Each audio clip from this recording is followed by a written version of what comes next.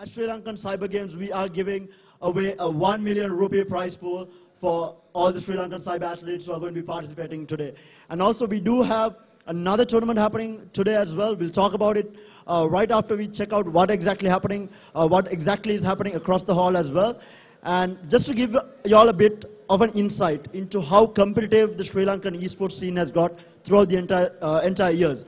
So right now, if I'm not mistaken, we do have 9 clans. So for those of you who do not know clans, think of it in a way of an organization. We have 9 organizations participating in this year's SLCG, which is the biggest that we have had across all the years. So it's going to be huge, it's going to be intense, and the rivalries are real. So we have really good, competitive rivalries among the clans. For example, we have Phoenix Gaming, who has been winning the overall award for the last 4 years, if I'm not mistaken. So the competition is really intense this year. We might see a new champion being crowned here today at SLCG as well. And we have the likes of Techmoff, Zyphos Esports, really old clans, really old organizations who have been around throughout the entire 11 years, who are going to be competing here to stand a chance to be the overall champions and bring down Phoenix here. We might see an overall champion. And also, we do have our Slazer Awards. So that's the Sri Lankan Esports Association Awards, which will be given away. So the awards are going to be for the best clan of the year, the best players across each and every title. So we have a number of titles. So basically a number of titles featuring Dota 2, League of Legends, Call of Duty 4, Special Forces 2, Tekken, Injustice, and so on. We do have a lot of titles. I think it's around 11 titles that we are having here at SSCG. So another interesting point about SSCG is, if I'm not mistaken again, this is the only tournament across the world where we have multiple titles. This is the only tournament across the world where we have 11 gaming titles being played in one tournament. So definitely one of the biggest events across the world if you want to take it in terms of the number of titles and the number of participants as well. So a lot of interesting things happening. And to take you all through what is happening across the hall, we have Azman, who is around the hall, who is going to be taking you through the playing area, each and every playing section, and what are the players doing, whether we have the game started and all. So Azman, over to you to take us through the playing area. Alright, thank you so much, Tina. And as you can see, we are in the SLCG play area right now, and on my right side we have the League of Legends setup. So we are probably going to have one of the first games of the day. Obviously, alongside the South Asia Cup, we do have SLCG also happening. So the games are already starting off the qualifiers for the round. So we have 2 games going head-to-head here in the League of Legends area. So these 2 areas on my right as well as my left will be where the participants who are taking part in the league will be going at it to secure that top spot this time, because there are a lot to gain from coming out on top. So, a lot of teams put in a lot of effort, a lot of time, a lot of practice to get to this level and try to reach the top. So it's not really easy to see how things turn out in this section. But anyway, moving forward, we do have on my right side once again we have I believe is the court area as well as the special forces area on my left. So we have the teams right now setting up. So you said Mumbai will be taking off. One of the teams here, we do have special forces being one of those games introduced by Dialogue. So it's been introduced very recently. I think it's been about a year, if I'm not mistaken, and it has taken off really, really well. The game has attracted quite a lot of people, and there's a lot of teams taking part this time as well. There's been quite a few for the game itself. So there's been a lot of changes, there's been a lot of patch updates as well. There have been, some amazing plays being made by certain, like you said, there's so many organizations taking part. So you have a lot of them, just ready to show off what they got and the skills that they have practiced, and what they've mastered and perfected, ready to show it off. So, that's going to be extremely interesting to see special forces once again. So likewise, moving on, obviously has been a game that has been loved by Sri Lanka over a long period of time. I mean, the game has been, since since its introduction, the game has been really, really popular. I mean, even this tournament, I believe there's over 100 teams that are making part. Put Call of Duty in itself, so as you can see, we're going to get into that really, really soon. So even though we just started, we have a huge crowd set up here.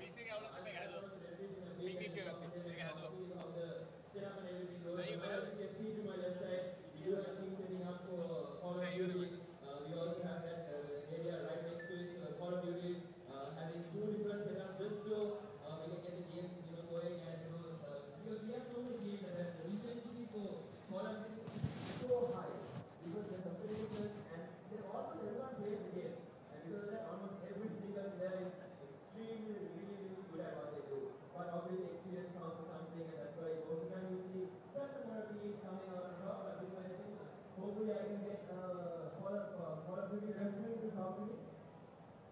Hello? So with me I have Call of Duty referee. Hi, what's your name? Oh, I'm Ruin.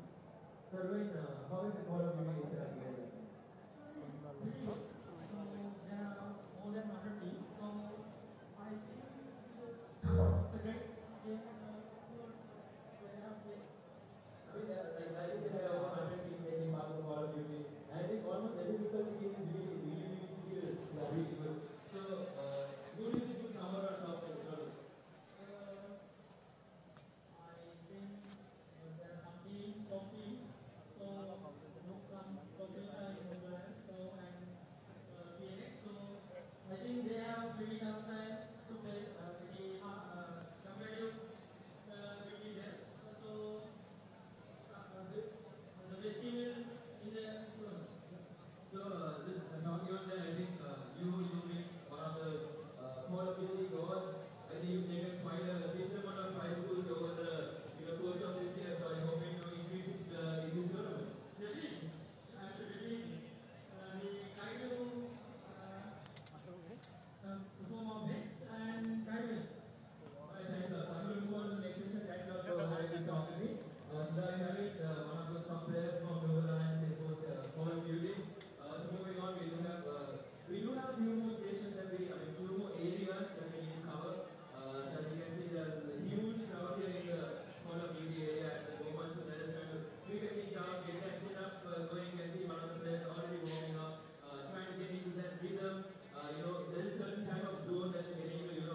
When you're playing a shooter game, and when you're in that zone, it's almost as if you're unkillable. Obviously, Call of Duty having a lot of different types of tactics that you can use. You have the SMGs, the AKs, and obviously the more important sniper as well to give you the numbers advantage. Obviously, being extremely valuable during these shooting games. So now we've actually reached the loadout section. So right now we do see a few people just setting up and getting ready for that game. So it looks like the other team is not here at the moment. So we're just wait on them to set up and then subsequently loadout 2 will be taking part. They will be taking place for today. And then on the right side, I believe we have the CSGO set up. So CSGO also one of those games that I've seen a decent amount of growth over the a period of time. We have more teams, slowly introducing themselves, new blood, new talent basically being showcased. So as you can see here on my right side, I'm just setting things up so everything runs smoothly. So this is once again the right side is the draw section, and the left side will be the CSGO. I believe we do have one of the refs available for Dota, so hopefully I can talk to him. Akila, if you'd like to join me.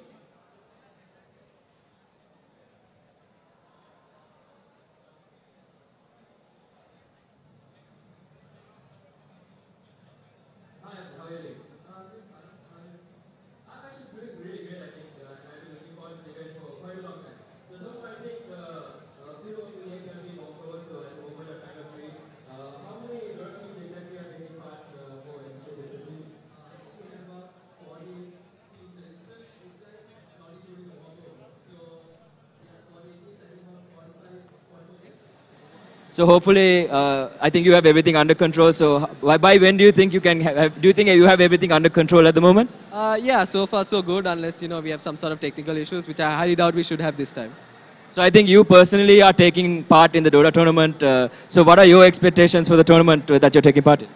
I mean, I think I know that it's going to run pretty smoothly this time, much better than it has in before times. And yeah, the tournament I feel like is going to be much more intense because of the increased participation and the better quality of matches.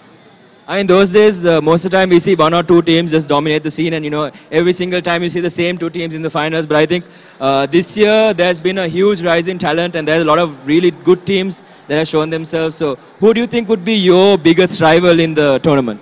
Well, according to the draws and the bracket matchups, our toughest opponent's going to be PNX Indomiters, I'm not sure how you say it. But yeah, them. So it's not Indomitus, it's Indomitus. I don't know how you pronounce it. Alright, thanks a lot, Akila. I'll let you get back to setup. And we're going to move on. I think we just have a few more areas that we need to cover. I think we are coming up on the FIFA section, if I'm not mistaken. So FIFA, nothing to say about it. I mean, it's an amazing game, football being one of those extremely popular games. So we can actually see some people just warming up right now. So as you can look at the screens, there are actually 3 being set up. You can see the PS4s as well.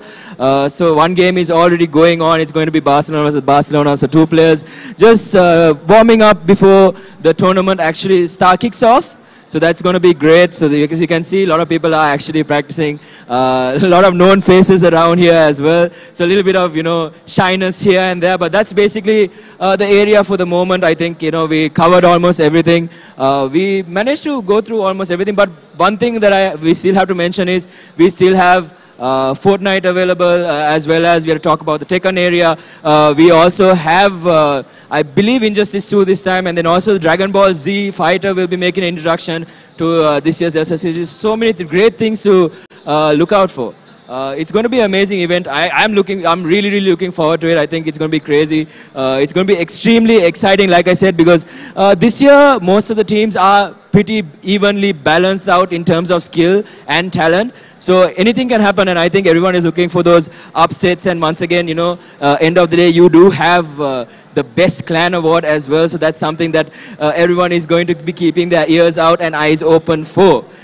So anyway, I believe we should be having the game on screen in a short while. So before that, anyway, I just want to talk about the amazing event itself. I mean, it's coming in with Play Expo once again, following last year's introduction, obviously. So you do have a lot of stalls that you can check out for, everyone has their own preference. I mean, we are going to be having an amazing cosplay competition like we did. We had over 100 participants, I believe, last year. So this time also we're looking at about the same. Hopefully, I mean, I'm not exactly sure on the numbers, but it's going to be amazing. I mean, we see so much variety and effort being put into those things. It's going to be pretty interesting. And we have, AOD, Motion Miracles. We also have MSI, who have basically put up their own stall. They have their amazing pieces on showcase there. So if you want to check that out, make sure you go there and check those out. So I think we should be having the game on screen in a short while. So we'll be taking a short break and getting back to some League of Legends action.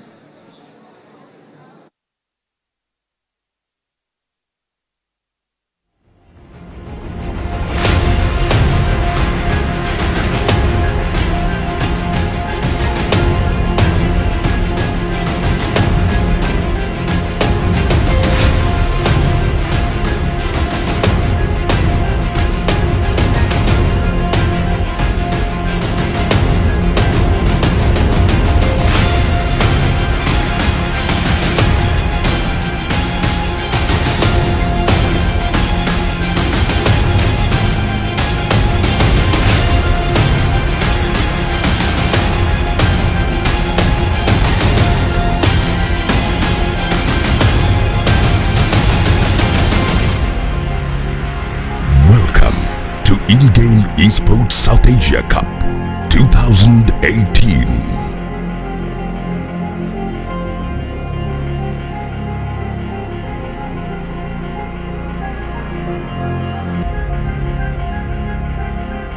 Hi guys, so thank you very much Osman for taking us through the playing area and what is exactly happening here at the Dialog Play Expo. So the highlight of this year's Play Expo is, of course, the in-game Esports South Asia Cup. And in-game Esports South Asia Cup is the first of its kind happening here at the Dialog Play Expo. And it's going to be featuring a 5-nation battle across the most played multiplayer game in the world, which is League of Legends. So we have the 5 nations which are going to be participating. Is going to be Bangladesh, India, Pakistan, Maldives, and Sri Lanka. So we do have a couple of matches starting up shortly. It's going to be, the first match of the day is going to be Bangladesh versus India. And of course, not forgetting to mention, the prize pool is going to be $5,000 US. So a lot of prize money on the line for all these players. And from what I've heard, from what I've gathered from the teams who have come here, is that a lot of preparation has gone in to coming into the tournament. I mean, they've had boot camps before the tournament, preparing to come and, of course, represent their nation. All the pride is on the line. The South Asian countries, of course, always a friendly rivalry between each other. And League of Legends, Esports has come into the scene, bringing in League of Legends as the first title where we are going to be having Esports here at the South Asia Cup. And so, without further ado, I would like to hand over the proceedings to Shalinder, Hades, and Akila aka Snowy to take you all through the gameplay. just before that, we'll take a look at who the two teams are. It's going to be Bangladesh taking on India.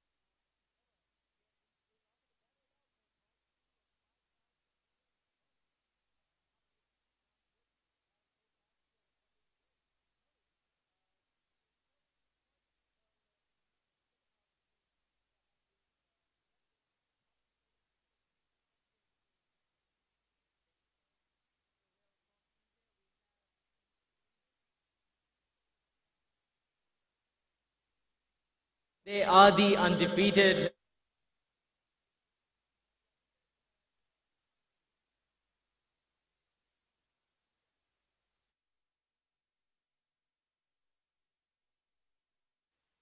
They are the undisputed.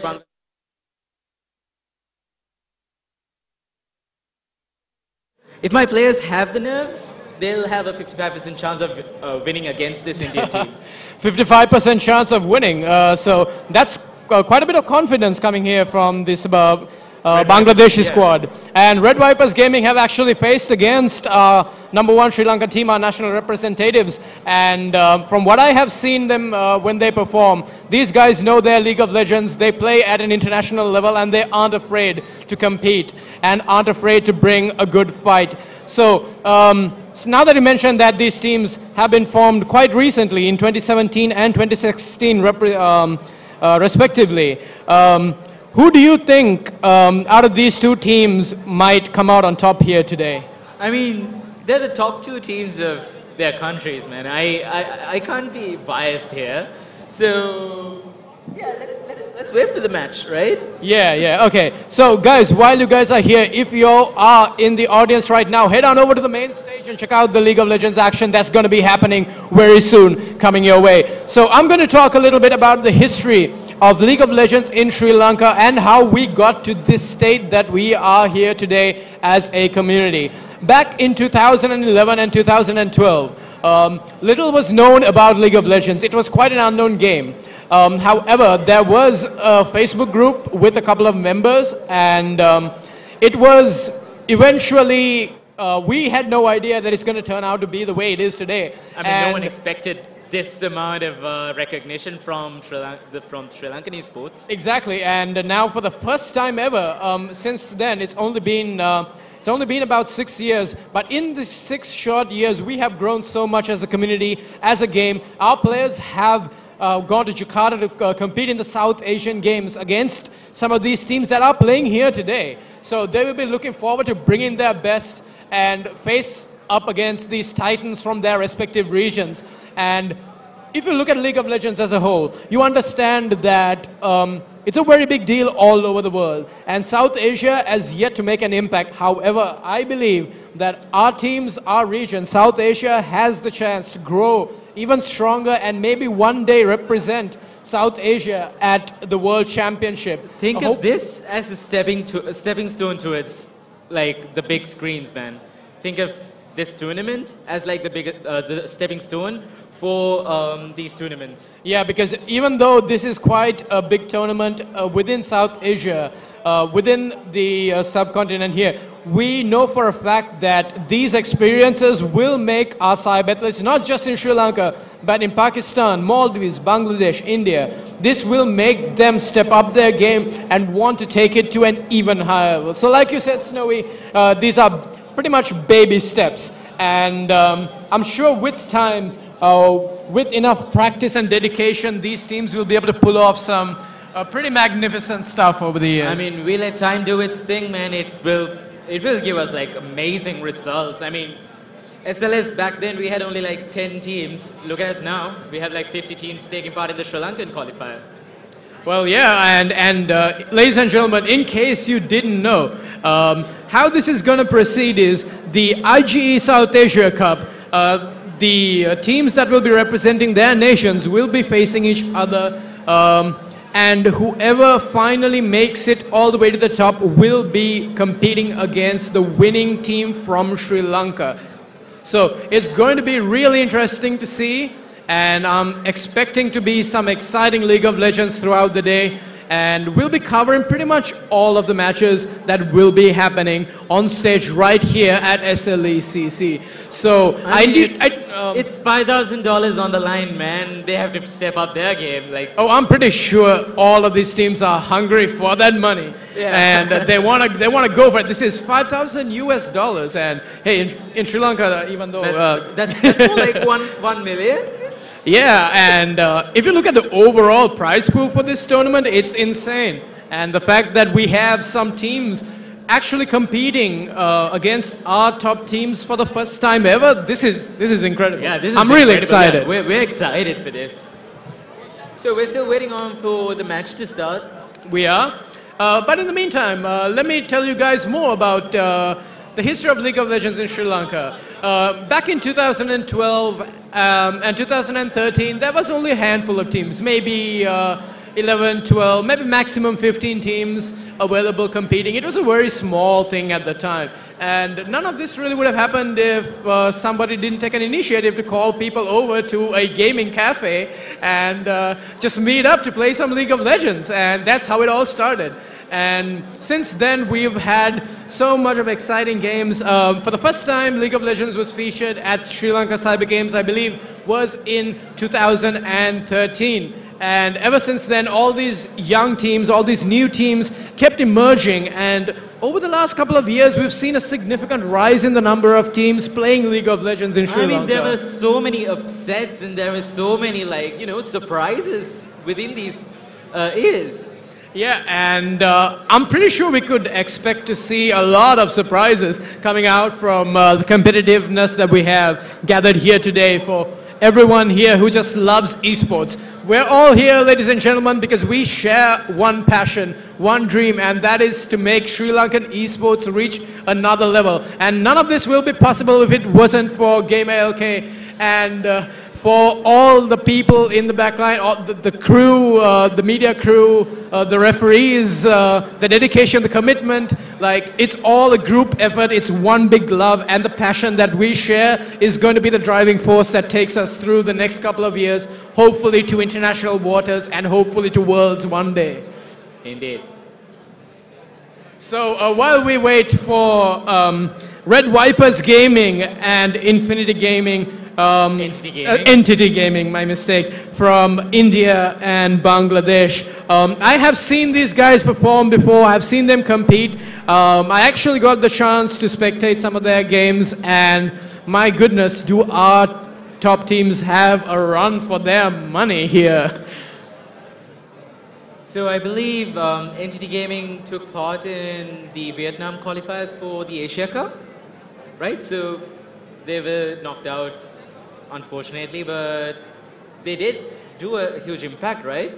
Yeah, and I heard that our national representative, Sri Lanka Alliance, even though we're unable to make it very far, were able to actually cause a couple of upsets and play some very good League of Legends against some of these really good teams. So I'm really excited to see what they're going to bring. And before we really get into the game, I want to talk a little bit about the current state of League of Legends in the world. Right now, we will be entering the we are currently in the pre-season, which means that Riot Gaming are going absolutely bonkers with the meta.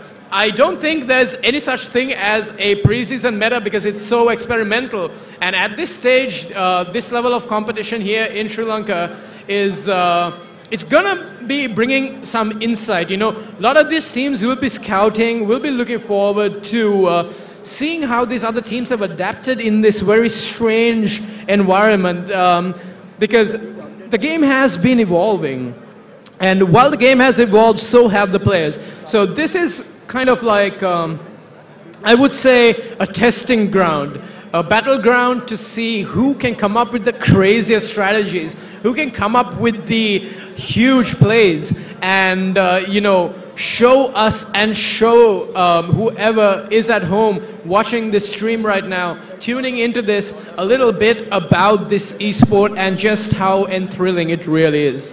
So one of the organizers just talked to us and he said that there's a small update coming in for the client. Yep. And that is why the game is getting delayed for now. Oh, right. I mean, League of Legends, Riot Games and their updates, man. You gotta... well, yeah, if you look at a lot of games and how they patch, League of Legends have this really weird cycle. Sort of small patch, big patch, small patch, big patch, crazy big patch, back to small patch, then again another big patch. And all of this happens within like maybe once a month, twice a month. And I feel sorry for our Sri Lankan players because we end up using up so much bandwidth, you know, just downloading all these updates all the time. Despite all of that, this is going to be a fun-filled, action-packed day featuring the top teams in South Asia. This is like, I'm still trying to wrap my head around it. I might have to do something about all this hair because it's kind of hard to wrap all of this around my head with all the hair that's there, if that makes any sense. Like, I'm really looking forward to see how this goes, how these teams perform, because this is a learning experience, not just for me, not just for you, but for everyone, man. It's for everyone. Yeah, just for all of these other teams that are actually playing right now, because between their games, they can watch like some of these teams and maybe pick up some strategies and adopt them. You know, right here. So, ladies and gentlemen, I'm going to be handing...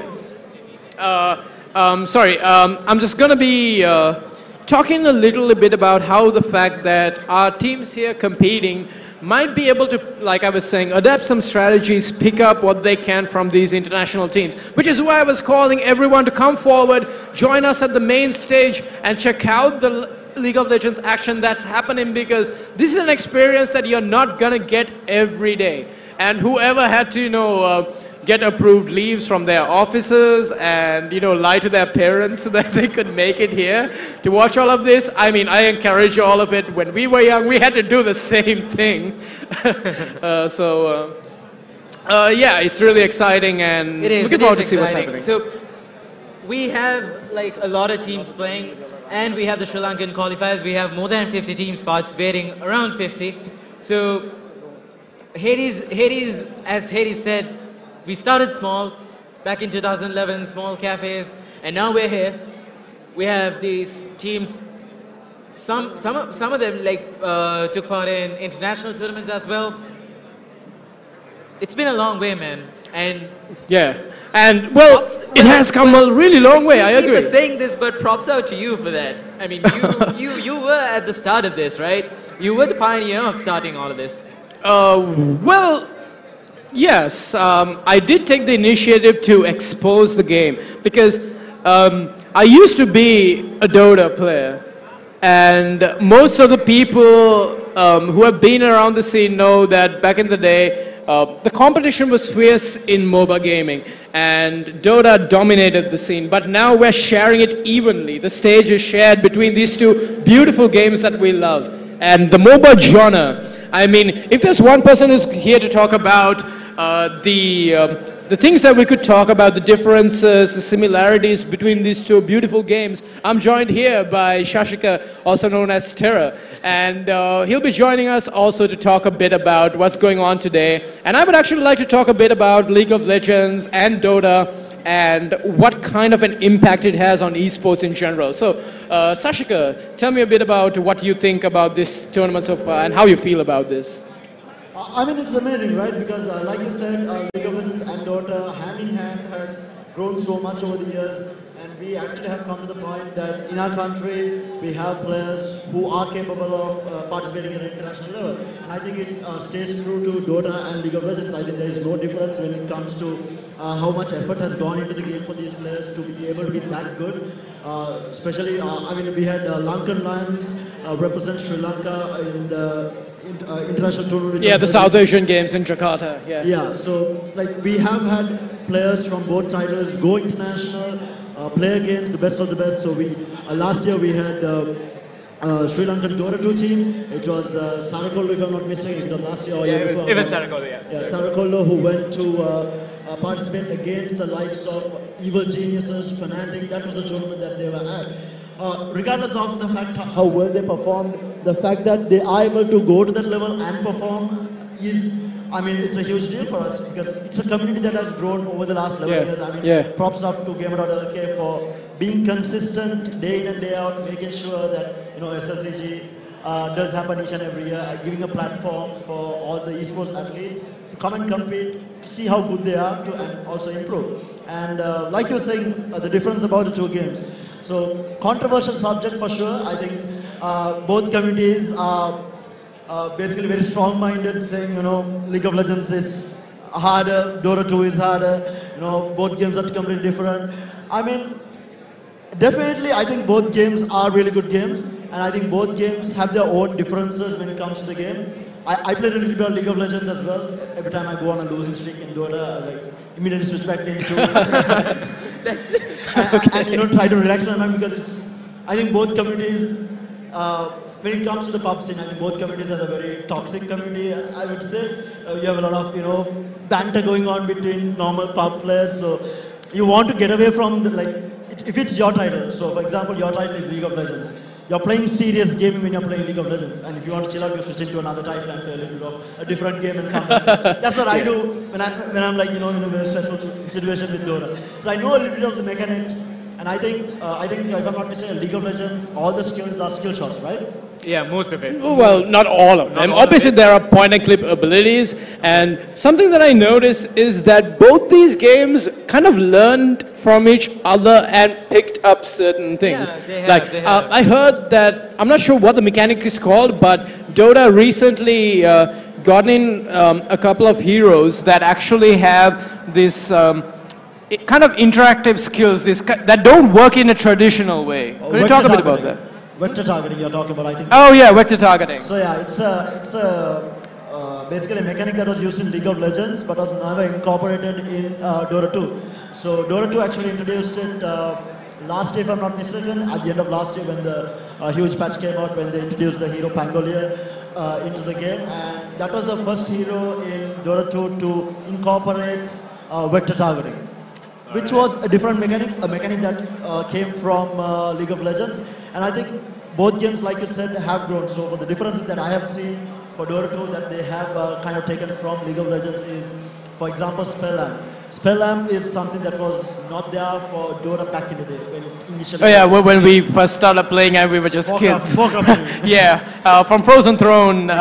Yeah, back from those times. I mean, wow, it's just crazy. I mean, a little known fact is that both of these games were created and developed by the same person. Yeah, I mean, the communities fight over which game is the better game, but technically both games are... Well, technically, I say that all this rivalry and stuff, it's all unnecessary because at the end of the day, Ginsu made both games. Yeah. I mean, he's the one with the money, right? He's the one reaping all that. And I mean, I know for a fact that Dota haven't, you know, named anything after League of Legends, but League of Legends did pay homage to Dota. If you really look at the neutral objective, the big boss monster, Roshan, Baron Nashor from League of Legends. If you turn Nashor the opposite way, it's actually Roshan. So I did not know this. yeah, there you go. And then everybody, all you Dota support players out there, I'm pretty sure you love your CM, Rylai. And there is an item in League of Legends called Rylai's Crystal Scepter, which also pays homage to the great game that is actually Dota. So you're talking about homage, right? So Dota actually, I don't know whether Dota 2 has it. I can't remember the exact, because we are old Dota players. We still talk about names that were there during Frozen Throne. So Scythe of Vice was actually named after Guinsoo. It was Guinsoo's Scythe of Vice. Yeah. So, and there were a couple of other items. I can't exactly remember, but there were like 2 or 3 items which were named after the initial developers of the game. And in League of Legends, there is Ginsoo's Rage Blade, which is another Ginsoo item. I mean, these are little Easter eggs in these games that could show the people out here, all of you who are tuned in today, that even though there's so much rivalry and differences, there is a connection that binds it together. And it's these little things that, you know, makes me really happy that I was a part of both of these, and I still am. And I'm just super excited to see how not just League of Legends, but how all the games in Sri Lanka can perhaps reach this current level that we have here today. Yeah, and of course, so we've been talking about League of Legends and Dota. So we have other titles across the years that have developed quite a bit. We have newer titles like Overwatch, which has grown a lot over the last few years. And I mean, it's an amazing game. And we have newer titles like Fortnite being introduced as well. And let's not forget the mobile over here. The Mobile Legends. Mobile Legends, yeah? Mobile Legends. You said Overwatch, right? Yeah. Salty. Anyways. Overwatch is also Let's not go there, Hage. I'm not going to talk. So anyhow, like I think you mentioned Mobile Legends. So Mobile Legends is a mobile game. So some of the, how do you say, a concept or... Some of it, it's more like 75% is... Yeah, so there is a part of the community which thinks that mobile gaming is not actually esports. But I think around the world, internationally, it has been proven wrong. Where titles like Mobile Legends, Arena of Valor, and Vainglory, PUBG Mobile, PUBG Mobile, like there's a lot of games with increasingly like the community is basically growing at a very rapid rate. I mean, and especially for Mobile Legends, I mean, it's insane the community that is there in Sri Lanka. I think Mobile Legends this year is going to be introduced as a promotional title here at SLCG as well. Who knows, like from next year onwards, we'll have a ranked title for Mobile Legends. Definitely, I mean, depending on the participation and how good the game is. So I think the game itself, most of these mobile games are still in a developing stage. They are trying to sort out the the small quirks and the bugs that they do have, balancing out the heroes, which is very important when it comes to a mobile game, which I think Valve and Riot has been doing a really good job. Continuous updates to the game and always keeping the players basically making sure that the players don't get bored of the game. Like the meta changes significantly each and every time. And Well, I think recently speaking of Riot and balance, Dark Harvest Diana, anyone? Oh yeah, I've tried that. You can just one-shot somebody when they're at half HP. It's just ridiculous. It's balance, Hades. It's balance. Of course it's balance. That's why, okay, so in League of Legends, there's these things called keystones. The talent trees that were introduced to Dota basically were kind of, I would say, adapted from League of Legends, the rune system. The rune system. So this is the runes are what you purchase beforehand for particular skill tree, right? Well, yeah. Those days, before the game changed, we had to actually use the in-game currency to actually buy runes. But and then there were, just like in World of Warcraft, there were these mastery trees where you could choose a specific build appropriate to your champion, appropriate to your role. So they decided to combine them now. Yeah. So runes and masteries are now just basically runes, and there's different keystones that give players different types of, well, I would say not build paths, but just make them stronger based on what they pick. And there is a meta that goes on for these, and right now they reworked something called Dark Harvest that Snowy here was talking about. Ladies and gentlemen, Dark Harvest, you can use it on anyone. It's how it works is basically whenever you deal damage to a champion below 50% HP, you extract a part of their soul. And these extractions, they keep on stacking right throughout the game. So every time you get a kill or something, every few seconds, your next ability or attack will apply Dark Harvest and would deal bonus damage based on how many stacks it has. So the later the game goes, the more Dark Harvest stacks you have, it's just deal crazy damage. It's unimaginable, man. Like, you just go... Like, imagine it on Vega. Yeah. Like, and Nasus. Like, these are two champions with infinite scaling. So, hi, random dude's mom on TV. Yeah, I mean, Dark Harvest is broken, and I'm expecting to see even supports, even carries, even mid laners, junglers, top laners all take Dark Harvest. I mean, it would be really fun to see two of these top teams, actually everybody running Dark Harvest. Yeah, I've seen matches where, like, everybody has run Dark Harvest, and it's just fun to watch. Oh yeah, like public games, pub games, basically. Yeah. People just run Dark Harvest on everything. Like, I'm not sure. I'm guessing you have some questions for us. Yes. Oh, his mic's dead. Feels bad, man. Sorry. Press F to pay So respect. yeah, I do have a small question. So when it comes to Dota, right? So the laning stage has been evolving each and every patch. It changes. It's either tri-lane, it's 1-1-3 or 2-1-2, or it has been changing over the years, and it keeps on evolving. League, I saw that it had the 2-1-2 at a certain point. I think way back then it was played as 2-1-2. But what is the laning stage like right now? Okay, so I would say over the last maybe 5-6 years, it has always been a consistent laning. There is a mid laner, then the off lane, which is the top lane, is usually a battle between tanks or bruisers, fighters, like warrior class heroes and champions.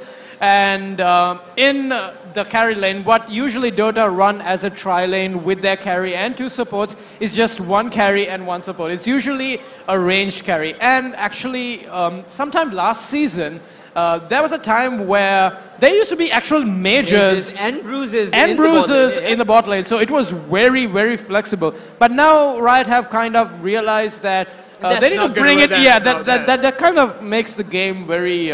as interesting as it was just the same compositions being picked almost all the time. Same number of champions being cycled in pro play, and they'd realize that, you know, it's not going to work out. We need to change something. At first, AD carries, the carry position, they were very, very strong. And then they decided, okay, they're too strong. We need to make the tanks stronger, make the carries weaker, and leave the mages and supports as they are. But that's why, since the carries became weaker, that's how when players started putting, okay, let's not, for example, instead of sending, I would say, a Spectre and a Shadow Shaman and a Dazzle in a tri-lane, these guys would send something like, let's say, like an Ursa and an Io. So, something like that. Which is not something normal in League of Legends. So, since then, Riot decided, you know what, let's just roll it back. Let's change it up a little bit. Carries are kind of weak. Let's show them some love. And so they did. And now the game is very balanced. But I mean, they haven't shown the carries that much love. I mean, they buffed the assassins. Oh yeah, I mean, Dark Harvest plus assassins equals... I mean, you are an AD carrier, right? So how does it feel to get one-shotted by an assassin in the late game? Oh, what? I love it so much that it makes me want to go home, get on the bed, try not to cry, and cry a lot. But anyways, Shashika, you were asking about the lanes. There's one thing that has stayed consistent and unique in League of Legends, and that is the jungle role, which is probably the most important role in the game. And Snowy, being a jungler here, could probably enlighten us a bit about how important it is and what kind of an impact a jungler brings to League of Legends in general. It's basically, you play a ranked game, And what they tell you is better jungler wins. If you lose the game, it's your fault because you haven't ganked properly. Oh no! If you lose, you just blame the jungler. Yeah. That's basically what happens. You see a Yasuo going mid and he loses lane and he's like in all chat he's like report jungle no gank. And then when he dies, he flashes in Mastery 7. Yeah, that's typical Yasuo's. But then again, the jungler is actually the most important. That is the most important role in League because he's the one that should be pressurized. He should be the one that's giving pressure to all three lanes, right? So if one lane is failing, he should be focusing on getting his other lanes ahead, his other teammates ahead. Like Yeah. And to highlight, or rather to talk more about what he was saying, the jungler's role is, while maybe in Dota you find champions who can actually just stay and farm in the jungle, and get XP that way. There's no creep stacking. You can't stack neutral monsters because if you pull them away from their camps too much, they just get reset. Their HP bars just start like healing at an incredibly rapid rate, and no matter what you do, even if you have 5 champions with full items attacking them, they'll probably still not die. So you can't do that. And a jungler, his role is to observe how the lanes are progressing and predetermine parts where he could impact the lanes. Go in, gank, or basically just hide in a bush and surprise the other team. Or basically it's called counter ganking. And where, like for example, warding is important. Please, ladies and gentlemen, if you're playing this game, wards save lives. It doesn't matter if it's Dota, it doesn't matter if it's League of Legends. It's $75. Please, just ward. Buy your wards, it helps so much. Like, even if you're not a support, buy wards anyway, because, I mean, it helps. Vision is knowledge, and knowledge is power. And knowing is half the battle, G.I. Joe. That's definitely for sure. I mean, both games, warding is so important. Vision is the name of the game. Like, if you have, like you said, the more information that you have of what the enemy is doing, the better you're able to play the game, better you're able to strategize, and you are able to move around the map without fear of getting caught out. And I think a lot of newer players, the mistake that they do is, especially getting into either game, I mean, whether it's League of Legends or Dota 2, they pick support heroes, do not ward. I mean, that's something that we have had over the years continuously, and I think it hasn't basically died down. I mean, you see the lower ranked players playing games without warding, and just a small advice, like Hades said, even if you are an ADC carry or a position 1 carry as you call it in Dota, like if your team is not buying wards, just buy the ward yourself. I mean, it costs like what? I mean, in Dota, if it's you- like if 80 you gold have- right now. I don't know how much it costs in League. Wards. Well, basically, you get a free ward at the start of the game that And has you like a have the- cooldown. It's called a trinket. And Then you have to basically, buy the everybody control picks up wards and trinkets. And at a certain stage in the game, the trinkets divide into 3 different categories. You get the scrying orb, which basically acts like, if you remember in Warcraft, you find the goblin merchant and you get that little icon that looks like a telescope that reveals a certain area on the map. So that's basically what the scrying orb is. It allows you to scout an area in about, I would say, a 700 round radius within a very, very long, maybe about 2,000 range. Yeah.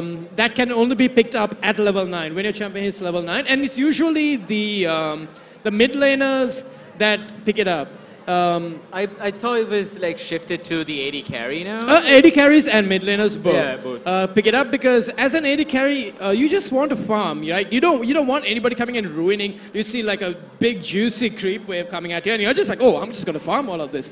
But then little do you know that the enemy team is actually waiting for you to come there and farm all of that so they could get on you. So having the scrying orb, you can just plant vision, you can suddenly scout and incoming and like, oh my god, they're after me. I need to get out of there. So yeah. Yeah, I mean, it's so good to see people just coming in and playing. Like honestly, it's amazing to see an event of this scale. And I'm really thankful to both of you all for giving input to the younger players who are getting into the scene, how to play different roles and how the game is supposed to be played. I think that's some knowledge that right now I think you and you did a lot during the time that you used to play Dota, teaching you. I mean, I used to learn from him as well. So I learned my basics in Dota from the likes of him and a couple of other players. So I think both of us don't have the time right now to be, sitting at a cafe and teaching the newcomers. But hopefully the newcomers who are watching the stream at the event live here as well, would have got a little bit of insight on I how mean, to it's always play the nice game. to learn from someone instead of learning it by Definitely, yourself. and definitely coming from players who have been around the scene with a lot of experience, considered some of the best players in the country, giving that input is really important. So anyhow, we will be cutting into a short commercial break, and we will be back with the live game shortly. Do stay tuned in. And the delay is due to, of course, the League of Legends getting updated. Very unfortunate, but anyhow, as soon as the game is updated, we will be back with the game shortly. So we'll be back. Hades and Snowy will be back with you. Thank you for joining us, Tara, and speaking about this. And ladies and gentlemen out there, if you're new to Dota, new to League of Legends, just watch and learn, because there's so much you can pick up and so much you could do to improve yourself. Everybody wants to be better, and the best way to do that is to learn from the best. So this is the best opportunity that you have to learn some of the best League of Legends happening here right now. So don't go anywhere. We apologize for the delay, but we will be back shortly after commercial break. So until then, peace.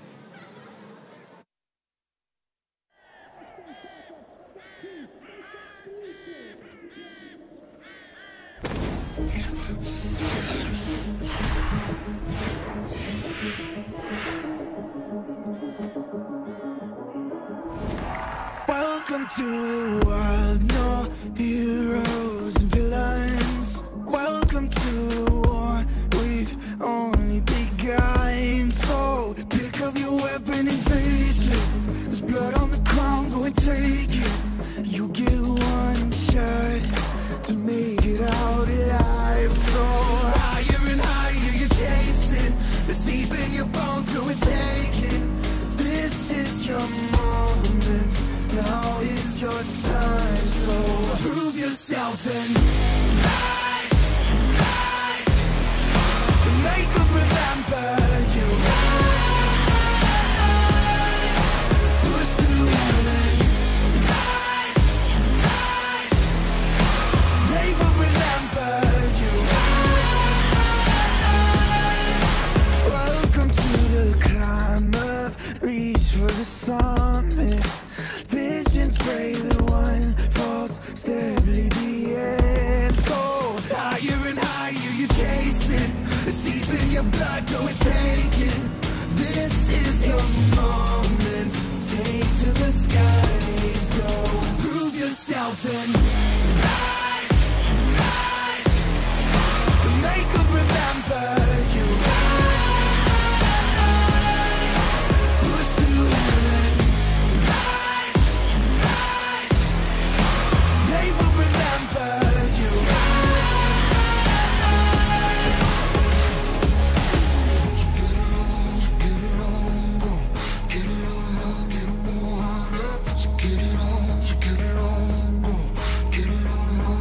It is you fight among the dead beneath the dirt. Or do you know yet? Or do you want it? And when the giants call to ask you what you're worth, do you know if when I die, prove yourself and rise, rise. Make them remember you. Push through heaven. Rise, rise. They will remember you. Prove yourself and rise, rise. Pick up your weapon and face it.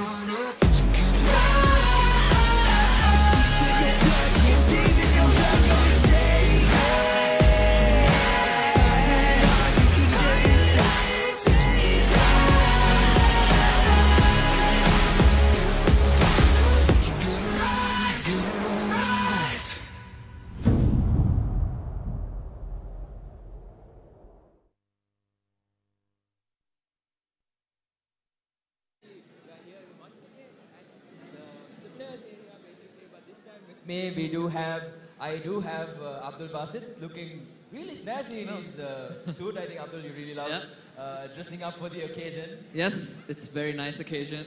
I'm So I very think- happy to dress up in a suit. I mean, yeah, I think if all the events, if you could dress up, you'd probably do it. But anyway, looking great. So anyway, I think you've obviously been part of many SSAGs. I think Play Expo last year also you were obviously a part of it, and you played a big part in making sure that everything ran smoothly. So what were your experiences like taking, just doing the event in general? Well, doing an event of this, this sort of caliber, it's such a big event, and I was actually a ref at the previous event. I was a ref and a caster, so most of my duty was just being a caster, and casting is a lot of fun, especially when you do it for games you love, like Dota. We did it for CS:GO, I think, as well, and I want to actually do it for Overwatch as well. So casting more and more titles, especially at this event with so many different games, it's going to be a lot of fun. And also the referee, being a referee is so important at events like this.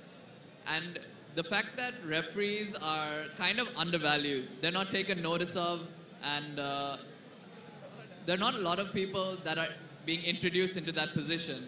Refs are not easy to come by, and they require a lot of work and a lot of experience to be good at. And I think if anyone is interested in being a ref for any of the games they like, they should all come to and apply to GLK and try to learn from especially events like this. It's a lot of fun, and you gain a lot of insight as to how the game works. And also, you were also at SLCG last year. What were your sort of experiences there? I mean, it was actually quite a forthcoming event for me. I think I gained a lot of experience from it, definitely, and a lot of confidence, self-confidence, most importantly, I think.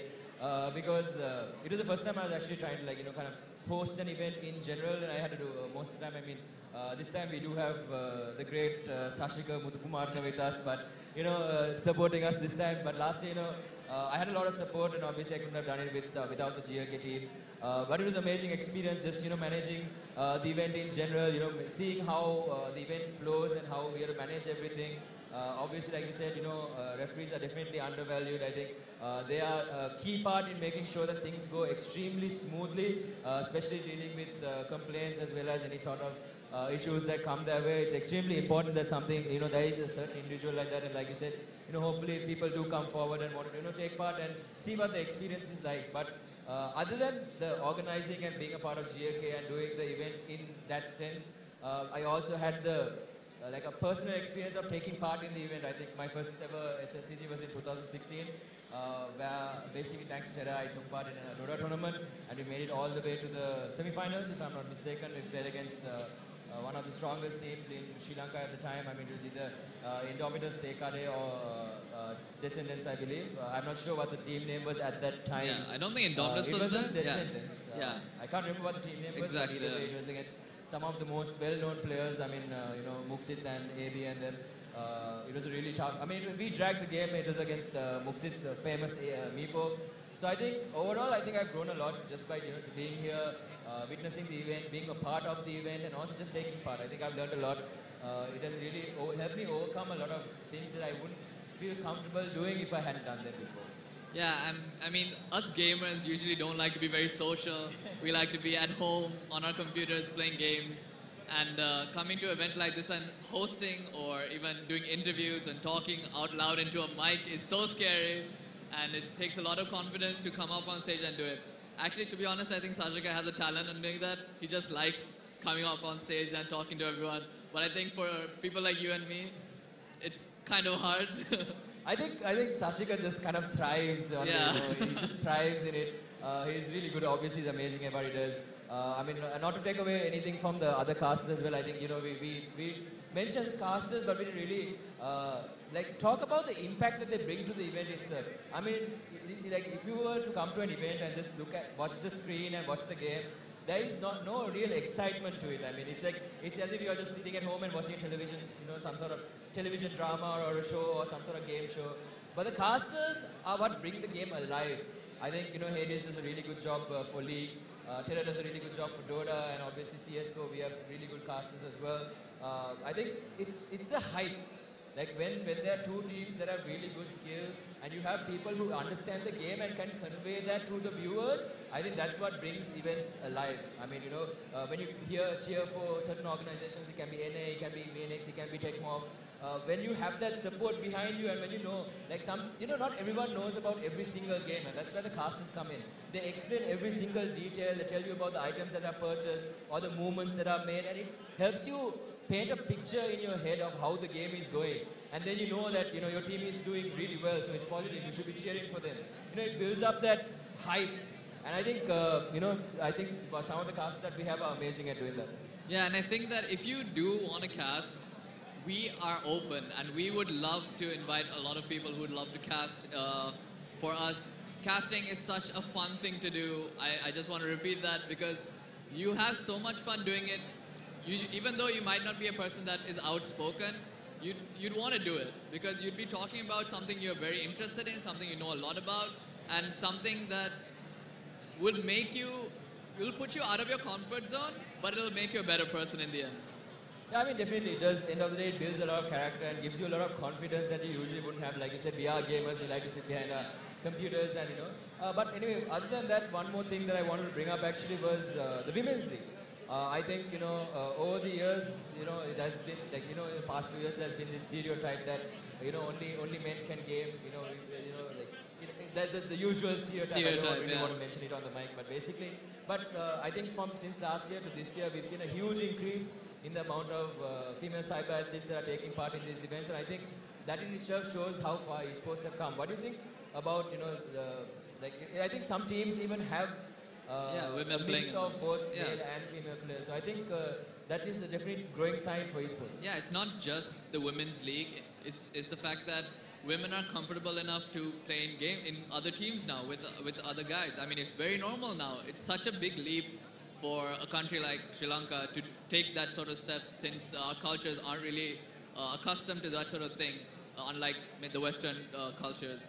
But seeing something like women just joining teams and almost having the same amount of fun as we do when we make teams and have fun and join teams and do well in it, is a really nice thing to see. You want to see more of it. So that's why I think Women's League was introduced, so we can just show women in general that, hey, it's okay, you can come game with us, It's not something you should be afraid about. You should just, if you like gaming, you should come join a team and have fun. Yeah, definitely. I think one more thing that we still, both of us haven't really discussed about is, the South Asia Cup itself. I mean, for the last few SSCGs, it has just been kind of, a Sri Lankan-based event where we have, our own teams coming in, taking part for SSCG, trying, just coming and showcasing their skills and talents. But right now, we actually have some of the best teams from 5 different countries going head-to-head in some amazing League of Legends. So hopefully, that itself is a sign of huge growth for esports. And I think in the future, we might even see Dota tournaments. I think recently one of our Call of Duty teams went to Pakistan and they did really well in one of those tournaments as well. So it's great to see that we as Sri Lankan esports or cyber athletes are taking that step to go international. So what do you think is your viewpoint on that? Going international is a step that is very much needed to grow your community and make gaming a sort of a job rather than just a hobby. Making it into the international level is where you can actually think about making gaming as a career. And that is something a lot of cyber athletes in Sri Lanka dream to have. A lot of good players, top teams in Sri Lanka would, throw everything away to have like a salary and a good career in Dota or League of Legends or CS. I mean, there are so many tournaments that are in the world that people actually play professionally for and earn a living and do really well in it. So Sri Lanka taking that international step means it's one step closer for the dreams of quite a few people in the esports scene. Yeah, definitely. There have been a lot of inclusions. Even the Olympic Committee of Sri Lanka has included esports as a Olympic title in a sense where, we had the Asian Games recently and we actually had a few representatives from Sri Lanka. I believe it was Amrut Alfred who took part in StarCraft. So, there's some really amazing things happening in the world of esports itself in general. So that's amazing to see, I think. And like you said, a lot of people want to make a certain living out of gaming itself. But then, it's not as easy as you think. Obviously, there are certain skills and knowledge that is involved. So that's why teams such as Indomitus, Lanka Lions, Death Sentence, then Tekade or SK, those teams have made it to an international level. Even Zeg, I believe, for CSGO, recently went abroad and they took on a few teams and they did really, really well. They beat some of the top teams, but ended up falling, I think, in the semi-finals, if I'm not mistaken. I'm not exactly sure on the details, but it's great to see that. But what do you think? What do you think?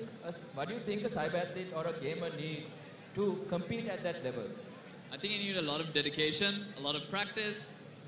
You don't need talent, but you need to work hard. You need to work really hard and you need to be practicing a lot. Like, obviously, people in Sri Lanka usually have it as a hobby more than a career, so they don't focus a lot on the practice aspect of everything because it takes a lot of time, especially games like Dota where each game is almost an hour if it goes long enough. And also even CS takes quite a while, League of Legends take a while, and those are the games that are currently at the international level. So it takes a lot of time out of your day if you want to try and practice and be the best. If you look at Twitch streams where you see a lot of people streaming, they are practicing 8 hours a day, 12 hours a day, and that's how they get so good at the game. But we are usually juggling work and studies with our gaming. So until we get to if you really want to become an international level, you need to manage your time to a sort of way that you can get the most out of your practicing. So that means you have to watch replays rather than just play the game. You need to learn from your mistakes, make sure you understand your mistake and learn from it rather than just acknowledge the mistake. You should know what you should have done in that situation rather than just look at it and say that was a mistake. That's what a lot of players do. They know that they make mistakes, but they don't look back at the replay and check to see what they could have done better. So I think if you optimize the way you practice and you learn how to play the game from better players as well, then it might be possible to get super good and reach that level that you want to be. Yeah, I mean, yeah, definitely 100% I agree. And the other thing, obviously, I mean, we've been having esports for quite a while now. And it's amazing to see how many new teams have been introduced into the scene and how much they've developed themselves to come to a standard where they can even rival some of the top teams. I think teams such as Noble Alliance Team Tempest has come up. Victoria's Secret recently has been performing extremely well. They have a few wins under their belt and they've been performing extremely well. Indomitus has made a comeback from last year's SLCG and they are the reigning champions at the moment. They do have quite the star-studded lineup at the moment. So in terms of skill, we do have a lot of immortal players in that team talking in Dota terms. Then Lanka Lions, obviously international-based team that has really dominated the scene in Sri Lanka. But you still have other teams that are almost almost on equal, not exactly on equal footing, but close to, like, they're slowly gaining onto them. So what do you think about teams such as Indomitus and Lanka Lions just doing their best to stay at the top? Well, teams like Indomitus, you can see through their the medals they have, which is Immortal, which if you guys don't know, Immortal is the highest rank you can get in Dota. And then after you get the Immortal rank, it lists you with the top, I think, 3,000 players or 2,000 players in the world. So a lot of Sri Lankans have not reached that rank. Most of the Immortal players are in Indomitus. And that itself shows you the dedication and effort they put into the game and how much time they actually spend into the game. So reaching that level is something that other teams should, they should look at Indomitus and try and achieve something similar. Victoria's Secret is coming up. There are other teams that are coming up, like Tempest. But do they focus as much as Indomitus? Through the medals itself, we see that they're not doing the same amount of work that Indomitus are doing. Indomitus are playing a lot of solo games, and in Dota, solo games are super important to improve your mechanical skill. It's not only about your team skill. Mechanical skill is super important, especially when you get into that Immortal rank.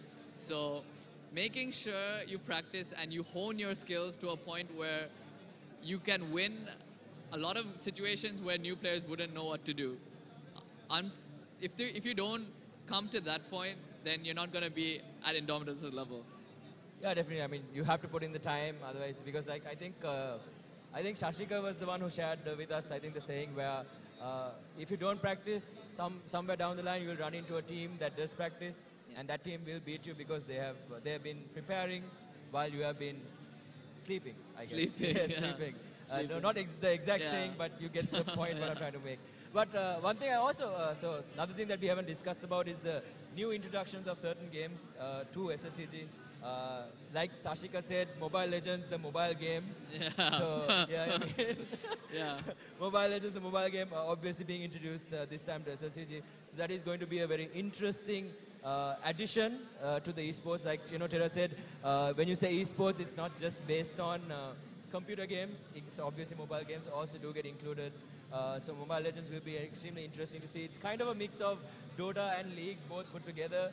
So it'll be exciting to see what sort of turnout will come from that. Then alongside that, we do have Fortnite, which has seen some light in the last few tournaments here and there. So it's going to be in quite a big scale here at SLCG itself, and we have a lot of talented players. Actually, I think one of our Sri Lankan players is currently in the leaderboards. I believe he is #1 ranked in Sri Lanka, if I'm not mistaken. So, he'll also probably be taking part in the tournament. So there's a lot of exciting things, and I think the introduction of Dragon Ball Z, the fighter itself, is going to be something, important. It's impressive that we can see. So, what do you think about all these new additions being made and, just helping the scene grow even more? Yeah, I think especially Mobile Legends, right? So I went the mobile game. Yeah, the mobile game. It's that Sashika mentioned. It's played on the mobile, if anyone didn't get it. Yeah. So I went to Indonesia, I think last year, and Mobile Legends is such a big deal there. There were so many people in a certain tournament I attended to, and it was absolutely crazy for the amount of fans there are for the game, the amount of practice people are putting into the game. You usually would think it's just a mobile game, it's not that serious, but there's so much money put into this game and so much effort that a lot of players put. So introducing it in SLCG is something that I really like, since it's something a lot of people do love, but it's not recognized because it's just not a thing at a tournament. A lot of players don't want to compete at very high levels because it's not, they have no venue to practice it at. They have no place to show their skills. So introducing it to SLCG is a really nice addition. But you were mentioning Fortnite. Fortnite is a really good game. I really like it, but the thing about Fortnite is it's a bit hard to make it into a competitive game. So I like how SLCG is making such a big step where they, even though it's a game that they can't really make into a competitive game just yet, they're trying their best to incorporate it, since there are so many fans in Sri Lanka for Fortnite. If you go to any gaming cafe, you see only Fortnite. And I like how SLCG is trying to make that game into something that people can compete and get really good at. Yeah, I mean, definitely. I mean, right now, obviously, in a LAN type of environment, we can only manage to organize this, 1v1 sort of competitive, try to control most of the RNG-based aspects and give it, basically make it a fight of skill. So that's basically what the kind of outlook that we're looking for here at this time's Fortnite tournament. But, once we are able to create, once we get the permission to create custom lobbies, then we can, hold online tournaments and have people from all around Sri Lanka taking part in the tournament and, just showcasing their talent and skill in the new game. And obviously, I think we didn't even touch on Dragon Ball Z Fighter. I've seen a few I've seen a few videos on it. I believe it's a fighting game where you basically get to choose 3 different heroes. So you can, it's like Tekken Tag, I believe, where you can switch between each hero, and obviously they have their key bar or energy bar, as for simple terms, I guess. And then once it's filled, you can use certain type of combos, and it's very you have to think really fast on your feet. And I think that's something that can help really, like, people with really good cognitive functions who have really good hand-eye coordination, or type of just being able to collaborate the moves, have a really good advantage. And I think it helps people grow in a sense where it helps them with that. I mean, there are certain day-to-day things that you can do with the hand-eye coordination that you gain from gaming. I mean, you can see how flexible my fingers are, so just from pressing buttons on Dota. So I think that in itself is amazing. And then obviously we do have,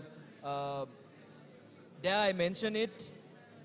We have Project Cars, which everyone knows I'm not good at. You don't have to make fun of me. But, it's amazing racing simulator that has been introduced by Red Bull, if I'm not mistaken. So that is something that you can check out in the right side corner that has a lot of potential. And, it's actual driving simulator, so I know that if I get in a vehicle, I'll probably crash into a wall. Yeah. You're really bad. Don't step into a vehicle. Yeah, I won't. Make sure I save people by not, just getting in a tuk instead of getting into the vehicle. You did try though, which is the first step you take. You try, and then you get better slowly. But you should probably stick to simulator for now. Maybe I should drive around in like a field where no one is around. So Sure. yeah. You'll damage the car somehow. Yeah. Maybe like maybe brake to like avoid a rock and end up toppling the vehicle or something like that, which would be very interesting. But Yeah. it might not happen. Might probably won't. I mean, one day maybe. Maybe you can have another event with Sashka this time too. Please no, please no. I do not want to race Terror in another Project Cars run. Please spare me. Thank you very much. But if it's Subway Surfers this time, I'll take him on. Subway Surfers. Subway Surfers. Subway Surfers. Subway Surfers. Wow. I do want to see that. Are you sure you want to see No, that? I don't want to see that.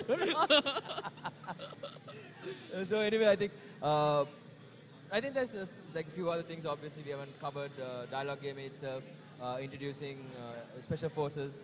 I think it's about 2 years since they introduced the game itself, and it's like a little. Okay, you can't really call it a little, but it's kind of an upgrade from Call of Duty.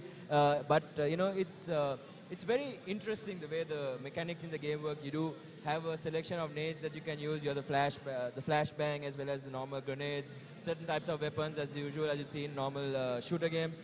But the most interesting thing is the more you level up your account, the stronger you can become, because you can get certain types of new weapons, new armor, new gear, which gives you an edge. So that really rewards people who practice. What do you think about the SF2 in general? To be honest, I don't know too much about SF2, but I know that a lot of people like the game, and there are a lot of teams that are playing SF2. And since you said there's a sort of system where when you level up you get stronger, I think giving incentive to people to play the game more and get level up and get items is one of my most favorite things in games.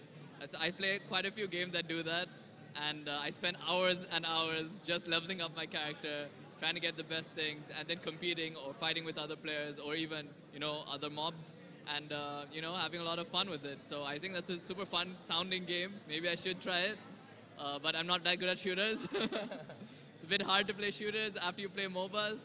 I'm a Dota player, so getting into shooters is kind of tough. You have to have a lot of practice in shooters to be good at it. But you have a little experience playing a little bit of Warframe, I believe. Yeah, I mean, sure, but it's not CS. Yeah, that's true. That's yeah, if you play CS, you need to have really good aim. Otherwise, you kind of suck at the game. Yeah. I mean, that just goes to show how much time and effort people have put into controlling the recoil.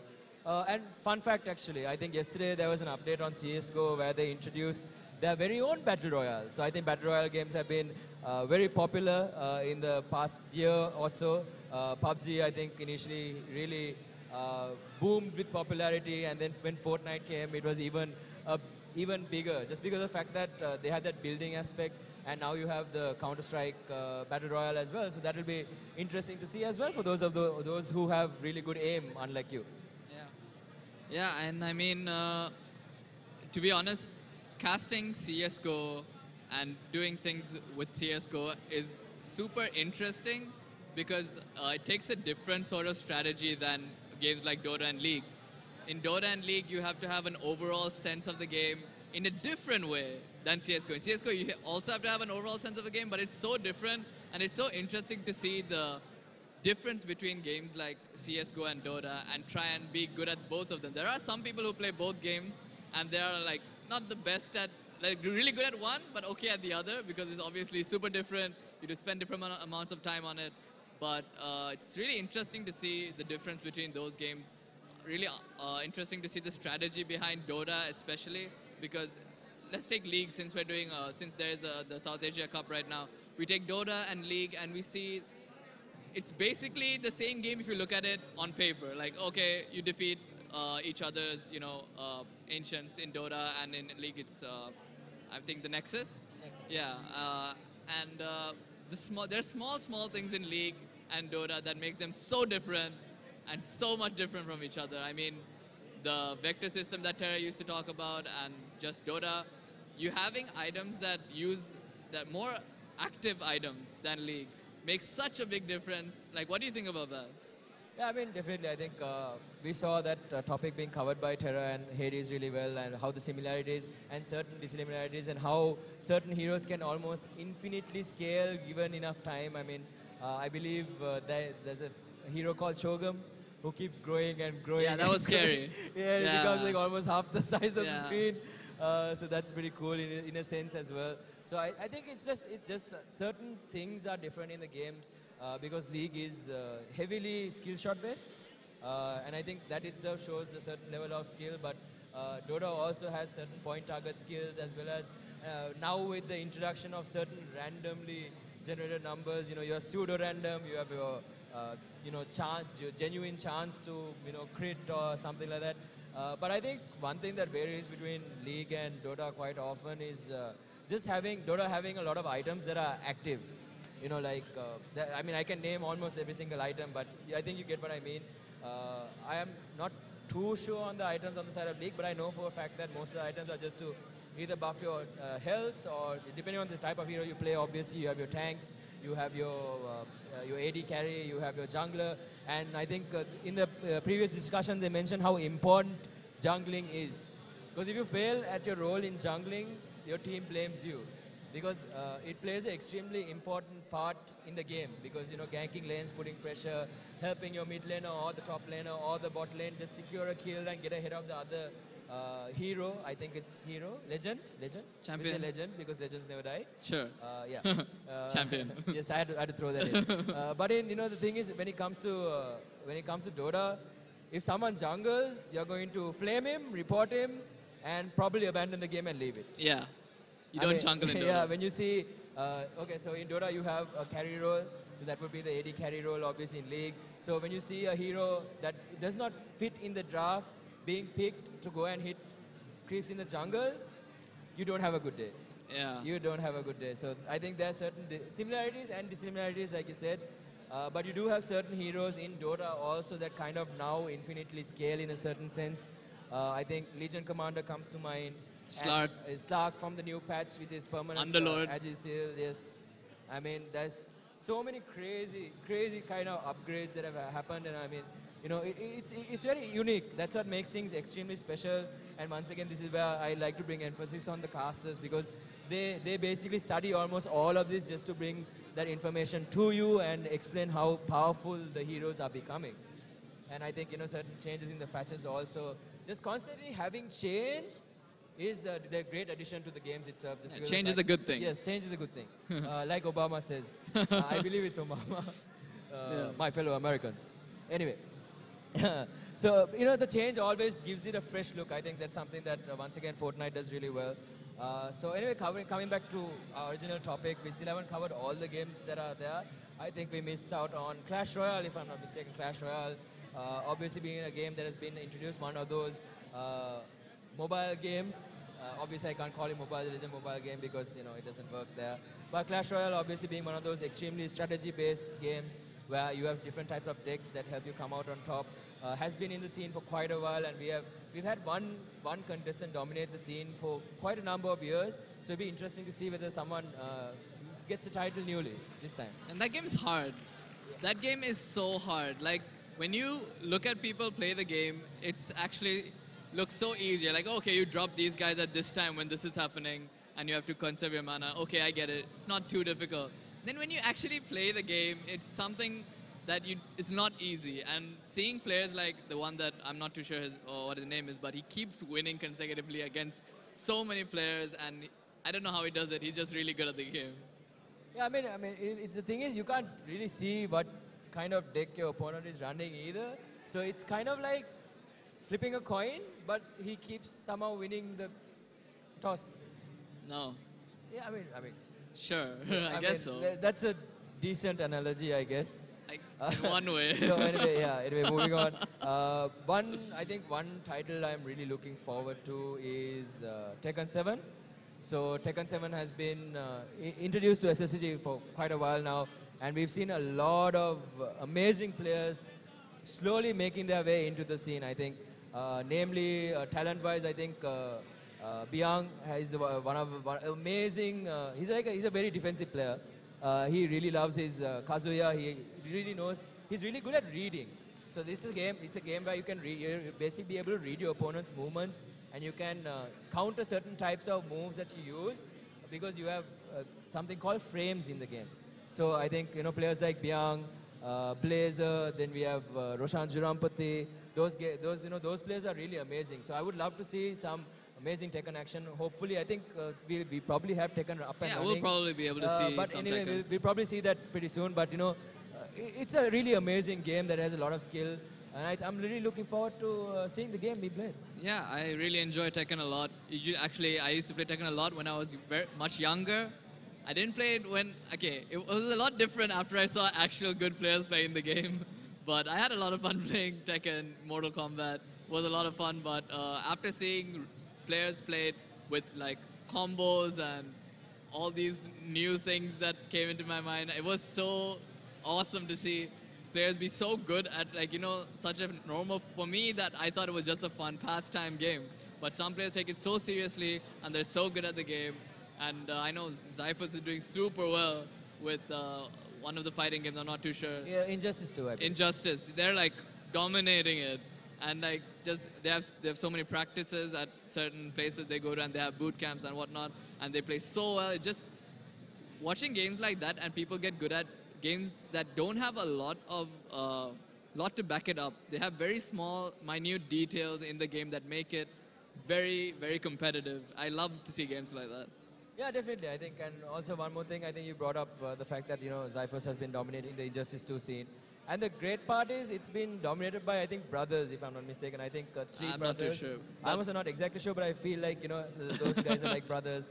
So it's amazing to see how even, just taking part in esports brings families together as well. Yeah. Obviously, I play with my younger brother as well. I play Dota with him, and we have, other brothers be playing, League. Also, you have, I think the twins also, I think the Torch brothers. Yeah. I don't know whether you can call them the Torch Torch brothers. brother, But, they also play together sometimes, but Sometimes, now yeah. they are kind of separated at the moment, but you know what I mean. So esports as a whole brings such a huge community together. And I think that's something that is not really, like a light is not really shown on it. Is it shown? Shined on it? Shining. Okay, shined on it, I guess. Light isn't... Yeah, okay, so basically like, light is not shed on it. I used to say that. So light is not shed on it. So, being able to showcase so much togetherness. I mean, when you're just taking a look at clans, just the clans, like, seeing people wearing the same t-shirt, coming together to cheer their own team, whether it's the game that they are playing or not, I think that itself is amazing. Yeah, and having different clans compete against each other and having that competitive blood and the competitive spirit, wanting to beat the other clan, that also, in a way, brings people closer to each other. You might not be closer to the other clan, but you're closer to the people in your own clan. And that's such a cool thing to see. Even though, like, you might be friends in real life, but you might be in different clans, and then you don't support each other then, but out of the game, you support each other. And it's cool to see that you can compete with and be rivals with people and have such a good relationship just because of the clan system in Sri Lanka. Yeah, I mean, definitely. I think, obviously, obviously there are a lot of prizes to be won. Obviously, getting first place, second place, third place, all those things. But I think something that everyone is keeping their eye on is definitely the Best Clan Award. And I think the voting poll was opened yesterday, and we saw a lot of, people actually voting for the clans, the best clans, because it gives you a certain amount of points. And PNX has been dominating the scene for quite a long time now, so obviously everyone wants to get their hands into the pot of gold. So what is your opinion on, having these clans and, them just working together in general? Well, I wasn't in Sri Lanka for most of my life. I was abroad in different countries, not in one country. So I actually went to quite a few countries, and I was a gamer in all the countries. I was a gamer since I was very young. But as soon as I came to Sri Lanka, and I asked one of my good friends at the time if there's a way I can, play games and have a clan or be with other people, he introduced me to the clan system in Sri Lanka, and it was unlike any other country. Like, no other country has such, that I've been to, has such a system where you can easily join a clan and easily join a team if you're good and if people like you and if you, make an effort to show them how good you are. It was something that surprised me so much regarding the fact that there are good players in other countries, like especially I was in Dubai, and the Dota scene in Dubai is really, really good, but there's no system like Sri Lanka in the clan system where you can just join a clan and try to join a team. It's not as easy in other countries. You have to show how good you are. But in Sri Lanka, you can start from a smaller team and, get better slowly. So I think it's amazing. Yeah, so I think we will be having the League of Legends game on screen extremely soon. So we'll be heading into a short break, and when we get back, we'll have some amazing League of Legends actions for you. This is me and Abdul chilling out for now, but we'll be back with you extremely soon. Yeah.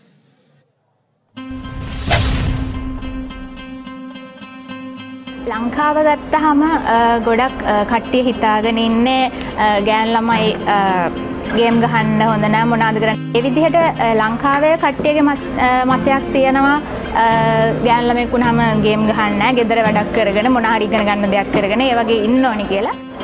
My first tournament, I was the only girl, and it was in this small cafe, but it was like really fun, and I had a really good experience. I think women are also good as men because gender has no role to play in there. I started playing games for fun. I got a console at a very young age.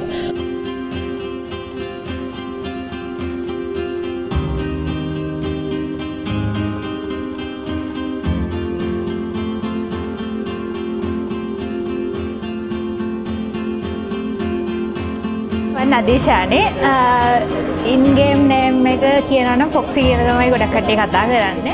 I'm Nadia and my in-game name is Princess. I'm Shashi and my in-game name is Harvey. I'm Laroshi and my in-game name is Chicksa. මම හිතන විදිහට ගොඩක් ගන්න ළමයි games ගහන්න පටන් ගන්නෙ එක්ක තමන්ගේ බොයිෆ්‍රෙන්ඩ් ගේම් ගහන හින්දා එහෙම නැත්නම් තමන්ගේ හොඳම යාළුවෙක් ඒ වගේ ගේම් එකක් ගහන හින්දා. I play Dota because I love how interesting the game is. When I first started playing, I had no idea that games like this existed, and the more I learned about the game, the more it blew my mind. My brother is the reason that I'm playing esports. Because we used to play when we were kids. ඇත්තටම මම internet games ඒ කියන්නේ mobile games ගහන්න පටන් ගත්තේ මගේ boyfriend හින්දා. මම යාට කෝල් කරද්දි කියනවා පොඩ්ඩක් ඉන්න විනාඩි 5කින් කෝල් එක ගන්නම් එහෙම කියලා කියනවා. ඉතින් හැමදාම ඕක කරන්න බෑ. ඉතින් මම හැම වෙලේම රණ්ඩු කරනවා. ඊට පස්සේ මට බලෙන් ගේම් එක දැම්මා. ශ්‍රී ලංකන් ගේමින් කමියුනිටි එකෙන් gamer.lk එකේ කට්ටිය ගොඩක් උදව් කරනවා. අපිට ඒ වගේ ගේමින් ටූර්නමන්ට් එකක් දැක්කම ඇත්තටම ගහන්න ආස හිතෙනවා. මට ගේම් ගහන හැමෝම වගේ ගොඩක් ලොකු සපෝට් එකක් දීලා තියෙනවා. After my first 8 months of playing, I got together with some friends and we played my first tournament. Princess playing the Razor, looking for an opening here, not finding one for the time being. Looks at Skyrath Mage, gets the Skyrath Mage, taking her down quite quickly, and now finds the shooter shoot, trying to shadow blade out of here. But Princess, with that static link, takes out the shooter as well. Double kill on the backline now. After the rest of the team, they got the OD might go down here. The OD gets taken down. The triple kill, the ultra kill. Princess is absolutely on fire. Gets the rampage as well. What a play! Destroying the backline. Princess becomes the monster for the Radiant team. I got into esports because of my husband. He's an avid gamer and he's very passionate about gaming. I think a bit of that has rubbed off on me. I was a member of an international team before I joined Noob Alliance. With them I just won a few online tourneys as well. After that I just joined with Noob Alliance, their youth team. I first met Harvey playing normals with some of our clan mates. Then I started to see potential in her. One of our top teams had a support role was free for her. I gave her a chance to see if she can fit in the team. She did quite well. She went quite far with that team in the recent tournaments. My first time when I played in a tournament, it was very scary. I was very nervous.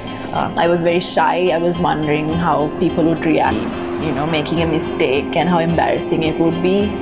But actually, the crowd was very supportive and everyone was super supportive. අන්නම් ගොඩක් يعني ගහන ළමයි ගොඩක් game ගහන්න පටන් අරන් තියෙනවා. ඉතින් මම හිතනවා හොඳ තරංගයක් දෙන්න පුළුවන් පිරිමි ළමයින්ට ගේම් එක ඇතුලේ. මම ගහපු ෆස්ට් ලෑන්ඩ් ටූර්නමන්ට් එකේම තුන්වෙනි ස්ථානය දිනා ගන්න පුළුවන් වුණා. Whenever people play against Foxy, they are always afraid to go in or to engage because people are actually afraid of her because her skill shot, the rate at which she lands skill shots and her vision control is exceptional throughout the entire game.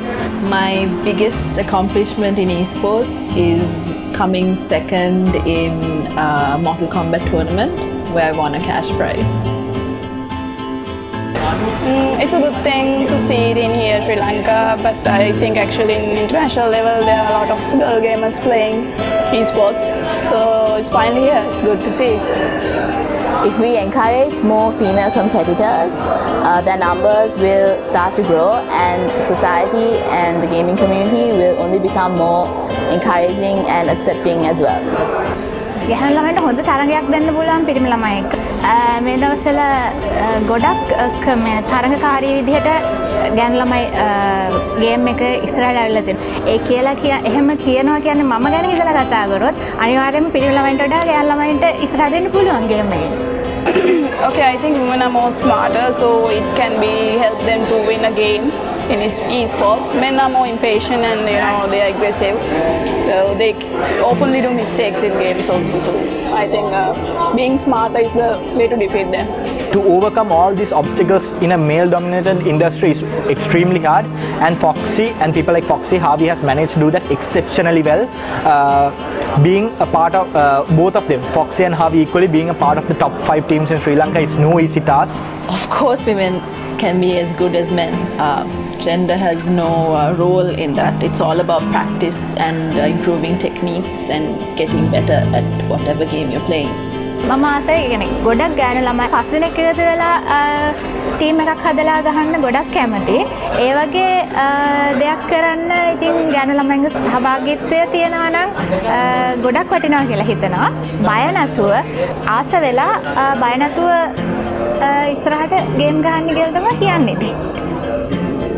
Don't think that gaming is just for children.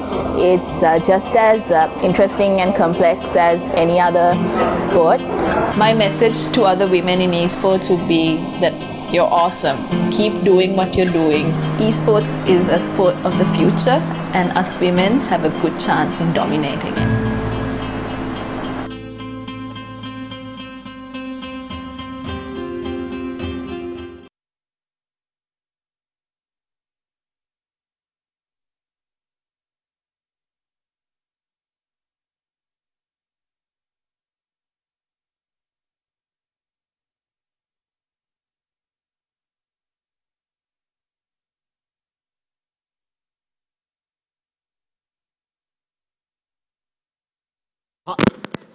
Hi and welcome back, guys. So, really sorry for the delay. It was due to update on League of Legends, which was very unfortunate. Just as we were about to start the first match, an update from Riot came for League of Legends. I mean, things happen. Riot and his updates, man. Yeah, Riot and his updates. It's really unexpected all the time. Like every Wednesdays, you stay there and like you go into a match, suddenly disconnects, and you find out that the servers are updating. Yeah. So. Just a little while ago, we were talking about a similar situation we had a couple of years back when Dota received its biggest update, I would say. It was, I think, a 2.2 GB update at that time, which is quite huge. Normally, the updates don't go above 700 MB because they don't change a lot in the game. But 2 years back, during SSCG, we had the 2.2 GB update coming in for Dota.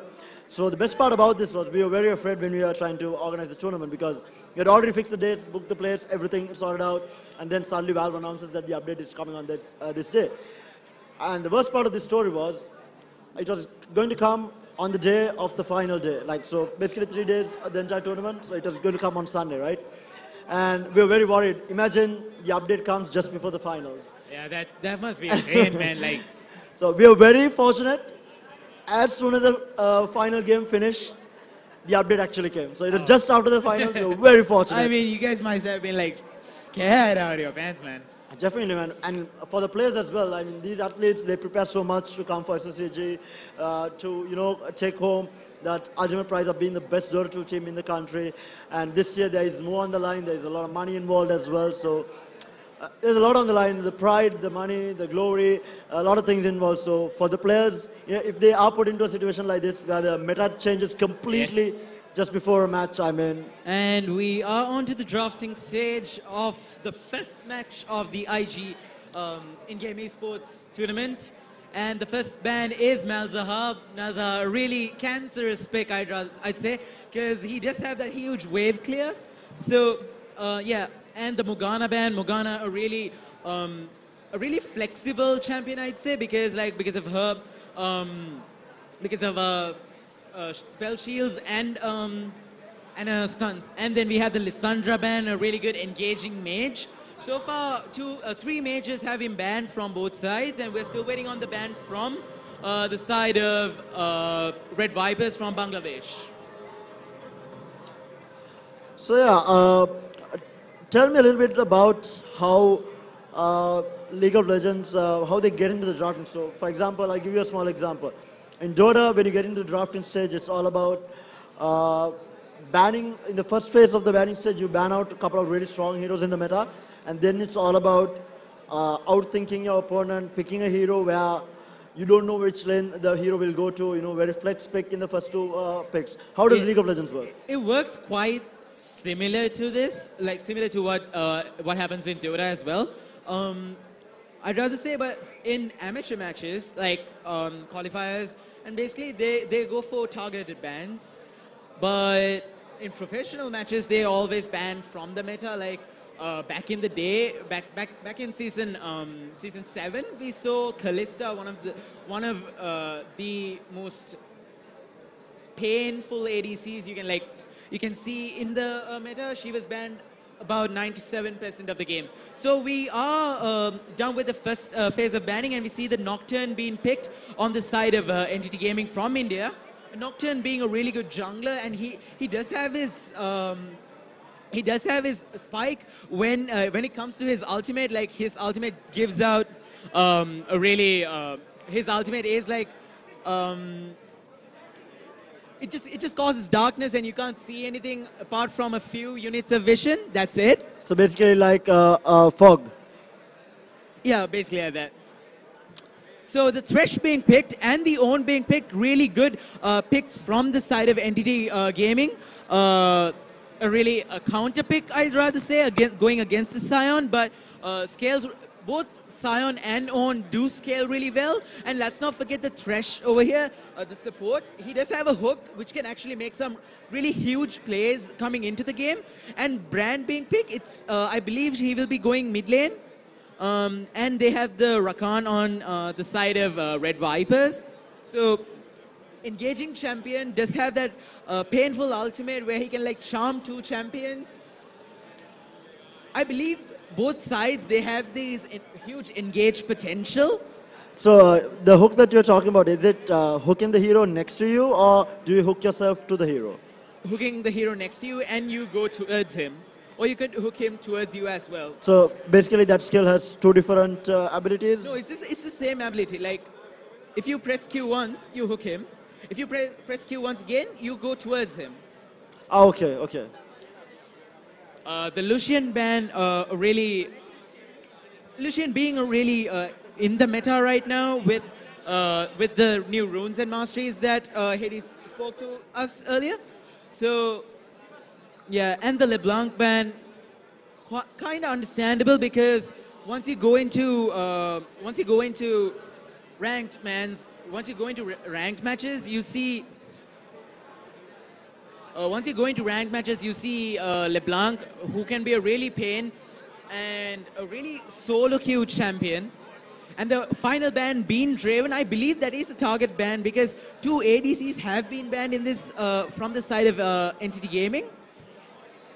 So maybe they do have an idea of what their enemy is going to pick. So yeah, from what I heard, they have gone up against each other before.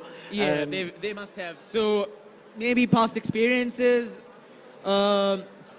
And a Kha'Zix being picked from the jungle. Kha'Zix, an assassin over there, able to one-shot any champion. Okay, not any champion. Let's go with the ADC. The ADC can get one-shotted by the Kha'Zix since he is an assassin. And with the Dark Harvest, that is actually possible. So Ezreal being the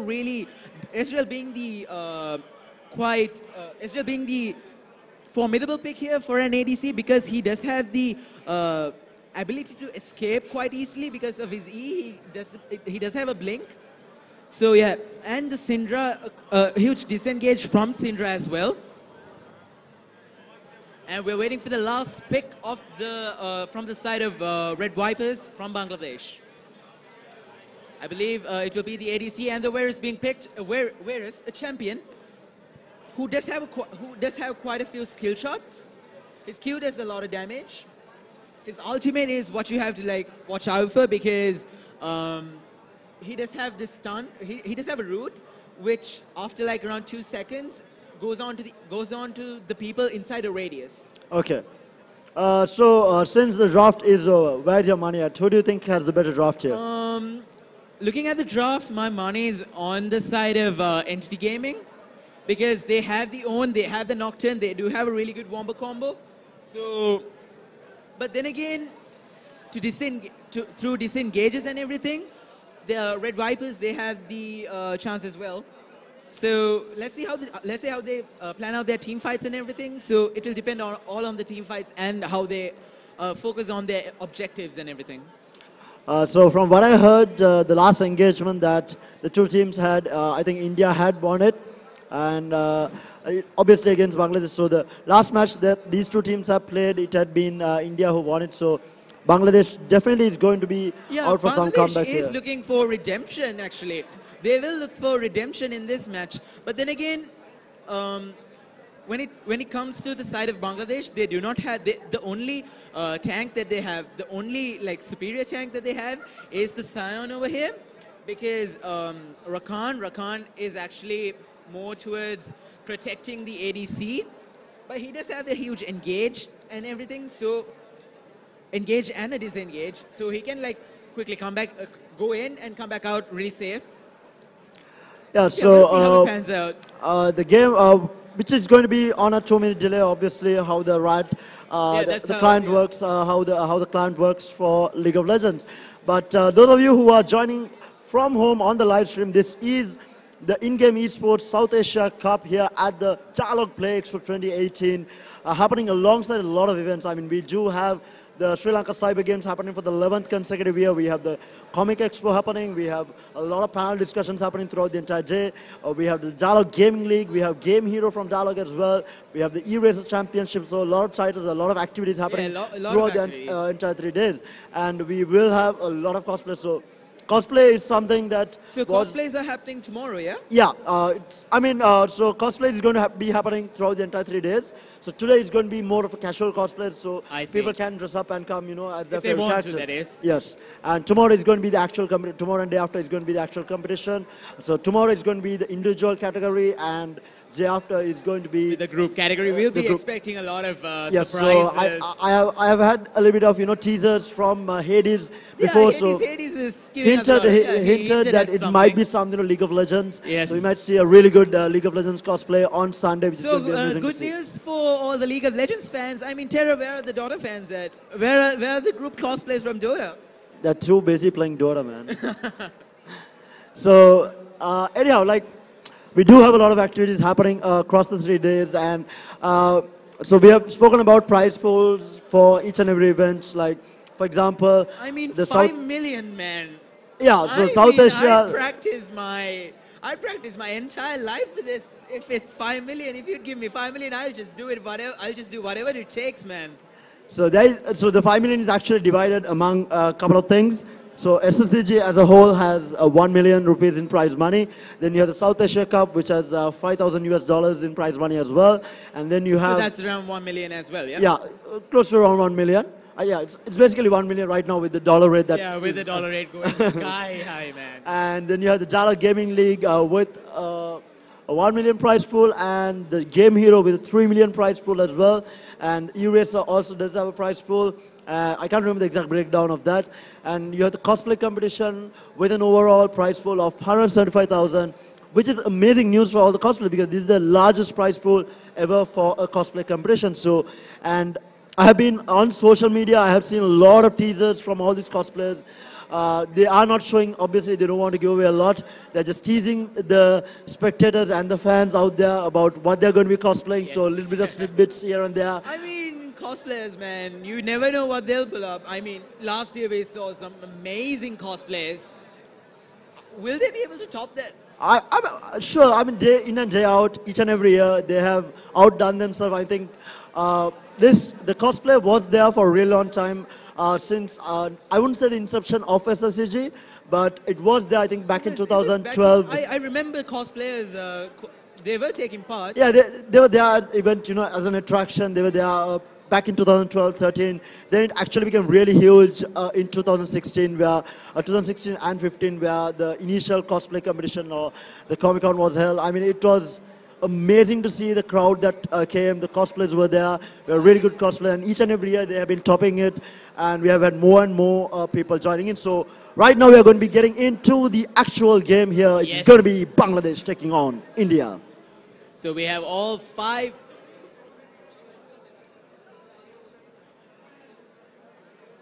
Yes, we have all 5 players, all 5 champions, like on the side of Red Vipers, staying like near the bot side. I believe Kha'Zix will be starting from his top side jungle. Quite different from what Dota actually has in the jungle, because like the jungler is his job is to farm up these in the jungle and start ganking the lane, start pressuring and get those objectives. So Dota basically has gone away from a jungle hero. There was a time that a jungle hero was viable. Yeah, remember then they actually made jungling impossible, right? When it came to the early game. Yeah, and I mean that destroyed it. And now, like in pub games, if someone jungles, you just basically lose the game unless you have a really high skill player who just outplays everyone. It's something really bad to do. Right now, do not jungle. Yeah, here we go. That's the start. And quite interesting. We see the brand has taken Predator over here. So we're looking at a one-shot brand who will be coming in just to delete that ADC. So a lot of focus on getting that ADC killed. Quite a bit of poke there in the mid lane. Who do you think has the advantage in the mid lane, though? In the mid lane, I'd say the brand. But then again, with the runes that he's taken, I don't think he'll be able to go for that much of trades. But Syndra does have the advantage when it comes to trading. So something that I have seen in League of Legends is sometimes there are games which go on for a really long time without even a single kill being taken, and then suddenly there is one fight and the game is over. What is that all about? What is the reason behind the fact that you don't see a lot of kills in a League of Legends match? Sorry, I didn't get you there. So yeah, some of the professional games that I have watched, we have had like 20-30 minute games without even only like 1 or 2 kills on either side, and then there's like one huge fight and the entire game is over. Yeah, that's it all depends on the farm, man. Like, the more you farm up, the more gold you get, right? With more gold, you get more items. Whichever teams has the better fighting potential and the objectives. It isn't all about the kills right now, because it is more on the objectives, and we see the Kha'Zix is in trouble, but he escapes back to he managed to go back to safety, and Rakan does get that engage, gets a hook down. We could be looking at the first blood, gets that ignite down, and another auto attack, and that is the first blood going over to the side of Entity Gaming. And that was a lovely hook. That was a retribution kill by the Rakan over there. So the first 2 kills going over to the supports. That was a really good hook. And the stun onto the Kha'Zix. Kha'Zix may be in trouble. He gets ignited, and Entity Kaka slays Kha'Zix. So 2 kills over the side of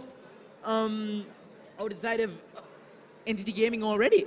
Yeah, I mean, I was just talking about how there is not enough kills in the game. It's Caster's curse. It's always the Caster's curse, man. 100%, man. I mean, I've been casting long enough to realize, when I say something, it just completely goes the opposite way, and someone gets basically dies on the map. It just makes us look like idiots, basic idiots on stage. You say that one player is doing really well, and the next moment he dies. Remember back to the previous tournaments we've had? Yes. for sure. I mean, we have had a lot of caster skills going on in the previous tournaments that we have had. So top lane is just a little bit of poking each other. Yeah, just a bit of poking, and you see how tanky they are even at the start of the game. But Sion is actually low on mana over here. And look at the damage from that Ezreal, man. With his W, and you pair that with an auto attack, he does actually deal a lot of damage. And Ezreal, he's actually a skill shot champion. Basically, all of his abilities are skill shots. So as long as you land them, they deal a huge amount of damage. So according to how the game is going, what do you think is going to be the time that one team decides to actually take a team fight and push in some objectives? Around, I think it would take around like a dragon fight, like when they actually start taking on the objectives. They would start a fight, because that is actually the time to start the team fights. But since Entity Gaming has the advantage, they do have that slight advantage. They are ahead in kills. They are ahead in gold as well. I mean, a 1k gold lead already. So I'd say to the team of Red Vipers, all they have to do is farm up, get that gold lead like stable, and try to get it done with. And we could be seeing another engage right there, but Syndra managed to flash to safety. Top lane Sion is in trouble, but I don't think he would get killed unless the Owen gets his ultimate, but he would not be able to do anything, since he does. There is a rotation bottom lane. They are looking for a kill here. The hook. And that missed hook, man. Very unfortunate. I mean, if he had landed the hook, he would have been able to get it. Engaged. But look at the shield on that Sion, man. That's really like, cancerous. And with the new patch, we have the turret damage increased as well, so you can't tower dive as usual. So the players, they take really low risks when it comes to diving under tower. So mid lane seems to be going well for Entity Gaming. Entity Gaming, indeed. Like, he already has like a CS advantage of 10. Like, definitely doing better job of poking Jeremy out. In this level of he might get ganked though. He is getting ganked. He gets stunned and he gets killed. That struck by the caster's curse. Yeah, it's the caster's curse. I was just saying that he was winning that lane and he dies. He just dies. Let's not compliment anyone, dude. Let's just. Otherwise, I think after the game, I think we are going to get flamed saying that it was our fault. Flamed like crazy. So when it comes to the bot lane side of Entity Gaming, they are actually doing quite well. Okay, I'm having my fingers crossed, because I pray that they do not mess up, because I don't want to get flamed, man. Because they do have the CS advantage, and in this level of competition, a 10 CS advantage is actually game-changing, man. It's quite a lot. So not a lot of rotations. I think the junglers did rotate a bit. Other than that, the teams have been static in their lanes. Both ADCs farming up. Not doing too much across the map. I think it's the jungler who has been rotating around from either team. He does have to do a lot of roaming, and that engage by Owen, that was really beautiful. But Sion does have that Q. He charges it up, knocks the Owen up. And quite an interesting fact about Owen, he does not have to go back to base to buy items. It's in his passive where he can build items for himself. Okay. So he's like the walking courier, God of Forge, something like that. Walking shop? Yeah, he's like a walking shop. Okay. Just for himself, though. Just for himself. And another engage, but misses that knock up. But Sion could be in trouble, but, On decides not to follow up. Why do you think he didn't follow up there? Because even if he did, Sion does have that, he does have that shield, and he does have that Q, which do have really low cooldowns. So he would be able to escape, but with really low health. So meanwhile, bottom lane, they are pushing in quite a bit, poking at Bangladesh Entity Gaming, doing quite a good job here. Yeah, the Bangladeshi team is in quite a bit of trouble. I mean, 2k goal lead, and that engaged by Nocturne. They are near-sighted. Ezreal misses his ultimate, but Entity Kaga just annihilates that brand, man. That's a good engagement and a good, really good initiation from. We see that the bot lane was also rotating in, and they're pinging in for the dragon call, but they decide not to. And we see that the Own has teleported in as well, and they will be pressuring the tier 1 tower of the mid lane, get a few plates off, or the first tower at least. So not too bad. They are hitting their timings. They have won their laning stages. Definitely going in for those objectives, trying to get a bit of chip damage done on these towers, so that later on, if they do get a pick off or two, that they can push into these towers. That's true. And again, those wards are actually like inside the enemy's jungle. They do actually give quite a lot of information on where the enemy jungler is. So, they do have the advantage on that. And Owen escapes using his E to, get back. He dashes back. So now I think since the ADC on the side of Entity Gaming has been left alone, at least for the time being. Yeah, he is left alone, but we see that the brand and Kha'Zix is invading the blue side jungle on the bottom side. And they're actually calling for Drake, but they will be going in for the Syndra. And gets that kill. That was a very easy pickup. It was a good game. There, man. Does create a lot of space, though. Yeah, that was. I mean, when it comes to like kills, what they do is they go all in. They get their ultimates done. They get their engages perfectly, and if they do, they follow through as well. So there's like top level plays, man. I mean, this is not the stuff you see quite a lot in Sri Lanka. I mean, I'm not saying that you do not see, but not as often as you can see in these games. I mean, it's expected, right? Because all of these teams are individually the best in their country. They are the individually best teams in the country. Teams in their own countries, and it's going to be interesting to see who is going to be walking away with that prize pool of $5,000 US. And I think all these teams have a really good chance of going for it. I think they are all equally very strong, very skilled players, playing very high tier League of Legends, and hopefully with time and with tournaments like the South Asia Cup being organized, I think it will give them an opportunity to play against international teams and probably get to someday get to the Worlds as well. I mean, we might see in a couple of years South Asian teams at the Worlds. That is true. That is true.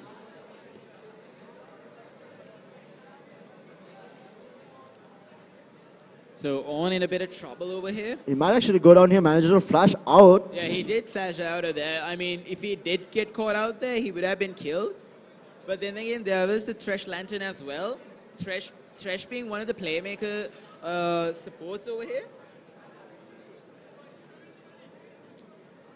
Yes, still these teams are like farming up, like that's all that can be expected. But a few amount of plays that engage by the Syndra, but he could be killed over here. Nocturne does use his ultimate, and Syndra could be killed. Yes, he does get killed, but he will be... Nocturne is about to get a retribution kill. He does get the first kill, and that's the second kill, and that's the third kill as well. We could be looking at a fourth kill from the side of Entity Gaming, but Varus uses his ultimate, and Thresh flashes back to safety. That's a nice hook right there by Thresh to save his jungler. Very high tier play there. Like, I mean, they expected the gang, they were ready for it. And as soon as they went on their mid lane. As soon as Syndra saw the Rakan engaging, she just flashed out of it immediately. Very high tier play, and they're using Flash to the maximum usage, using it to get in and out of these fights. But the cooldowns on those summoner spells, man. Like, once you know that those summoner spells are done for, you can like actually make some plays.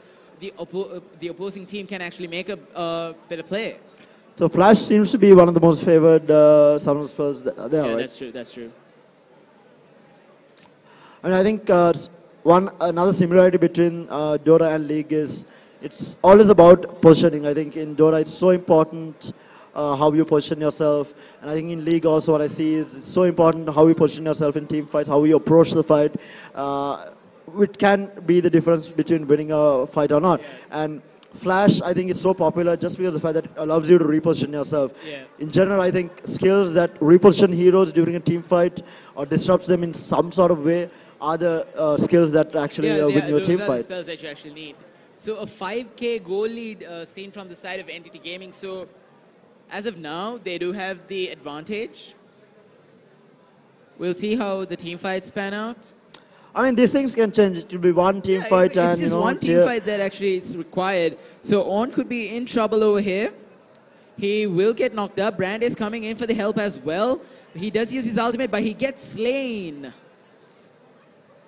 And that is the tower trade over there. I mean, yes, On does get killed, but they do get the gold for the tower. So Syndra gets that amazing kill. That's a double kill that, for the Nocturne. 3 kills onto the side of Entity Gaming. Sion gets hooked up, and he will get slain as well. He flashes back to safety. He gets stunned, and he is slain as well, but he uses his passive. He gets stunned, and he is fleet, so he does not get, he's not able to use his passive to its maximum potential.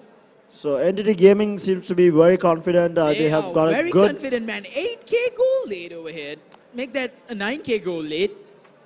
A very good lead and making maximum use of the fact that they are the more farm team here. Quite a few teams have come out from a 10k goal deficit because, like, the only team that I've seen in a professional level is SKT. I mean, that's Faker's team. I mean, yeah, it's Faker, man. Like, it's Faker, man. I mean, you can't blame him. He can come out of anything.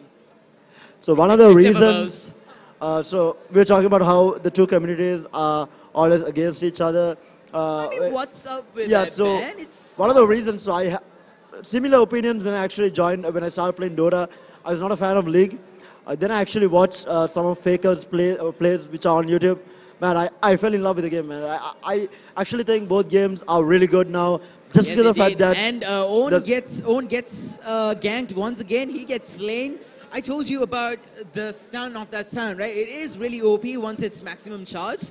And I believe On should be going for a Sunfire Cape as well, since he does need that amount of damage as well. So gets that Q cancellation, could be in trouble, gets that ultimate, Ezreal gets that ultimate down as well, but Thresh gets slain.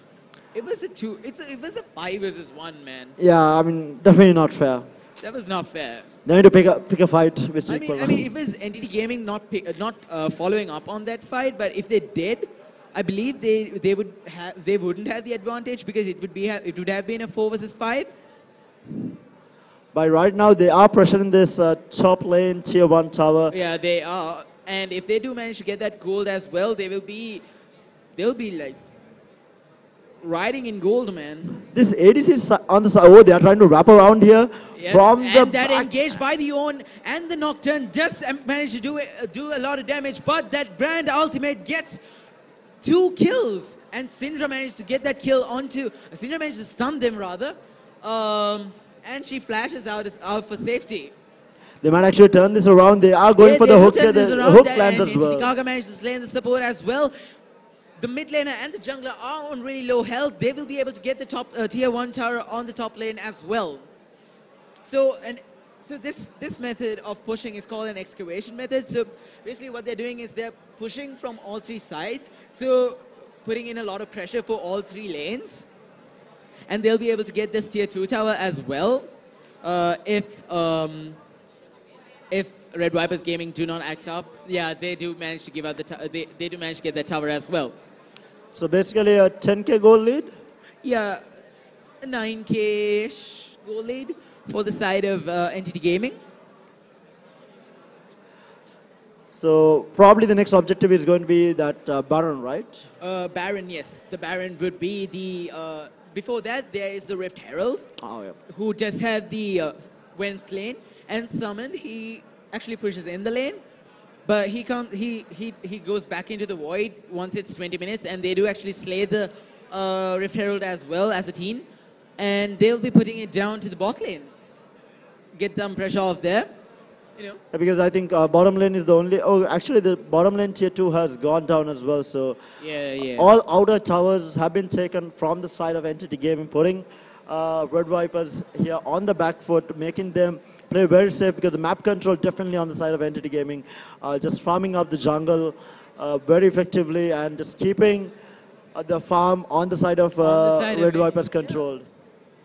So right now it's on the side of Entity Gaming. The game's like, let's say if you have a scale, it's leaning towards Entity Gaming right now. Definitely, and so the manager from the side of Red Vipers was saying that if they can hold their nerves, they have a 55% chance of winning. They will have. They still believe, man. They can. There's always a comeback. It just takes one fight to go right for them. Yeah. A couple of one or two gangs, to go right, and they will be back in the game for sure. Just a one failed team fight from the side of Entity Gaming would mean the turnaround for the side of Red Vipers. Thresh gets that hook in, but that's just a scare. But the Ezreal ultimate does deal a lot of damage onto the side of Red Vipers.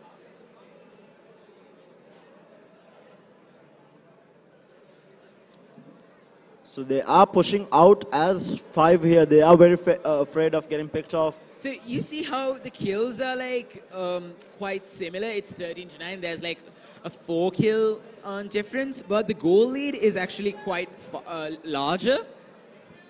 Yes, and the blue team has summoned in the Rift Herald. They will be able to get this inhibited turret as well. They are pushing as 5. And I believe the Kha'Zix is looking for a flank over here. Might be able to one-shot one of their champions, but Kha'Zix won't be able to do anything because on the side of Entity Gaming, and that's the engage by the Rakan. But Rakan gets nearsighted, he gets killed. That is the engage by the side of Entity Gaming and Red Vipers, and that is a 1-for-1. The Own gets killed, the tank gets killed. And the pressure from the side of from the side of Red Vipers is actually quite immense because they do have a Kha'Zix. Kha'Zix gets stunned, he gets killed. That is a really good hook yeah, that was a really good hook by the Thresh, man. This Thresh is making all the plays for the side of Entity Gaming. And they'll be able to get this Mountain Drake as well. Remember, the Mountain Drake gives more turret damage, right? So you damage turrets, the damage that you deal to turrets is actually increased. So I think the plan from Entity Gaming is to close out the game. They are looking they will be able to close out the game within the next few minutes. I believe one more team fight, they'll go for a Baron, they'll get that Baron engaged, and they'll get that Baron power play, and they'll be able to close out the game.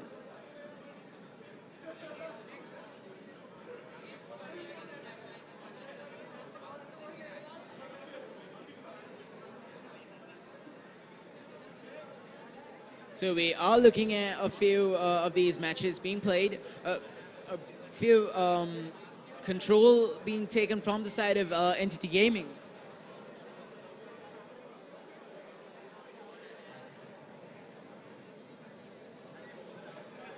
Right now, farming up a little bit, trying to find a pick-off here and there. Oh! That was a hook, but it does not, like, there's another champion. It's called Blitz. He's called Blitzcrank. He actually can hook through walls. Like, once you get hooked back into your side. But Thresh, it's different. You get pulled to the other way. You get pulled the other way. But still these champions do have their variations, and they will be looking for a team fight over here. The Thresh actually gets rooted. He will get slain, and the kill goes on to the Sion. But Entity Captain Kirk is doing a lot of damage here, man. And that engaged by the Nocturne. Nocturne is looking for a fight in the mid lane. And Entity Kaga slays the Sion, but they'll have to back off. But we'll be able to get the tower as well, since it is a 4 versus 2. But let's not forget it's the mid laner and the ADC, but they do manage to get the inhibitor turret. So what they'll be doing is they'll reset and go for another pick. I think they will regroup, heal up, and come back in to try and close out the game. And go for Baron, maybe? Right now, Red Vipers are holding on. They do have hope alive. I mean, you don't want to give up at this stage, especially in games, especially in mobile games. There's always a comeback. And something that we have seen in the Sri Lankan Right now, scene. Terra, looking at how this game has gone, it's a 12K goal lead. I don't think Red Vipers can actually make a comeback. But let's see how it goes. They definitely have hope. That's why they are holding on. Others, they would have fortified by now. Yeah. But they are holding on. They are trying to come back into the game. They are looking for those one or two pickoffs. Trying to make Entity Gaming get a little bit overconfident, and make a mistake. Gets that damage. Look at the damage onto the Kazakhs, and he gets slain.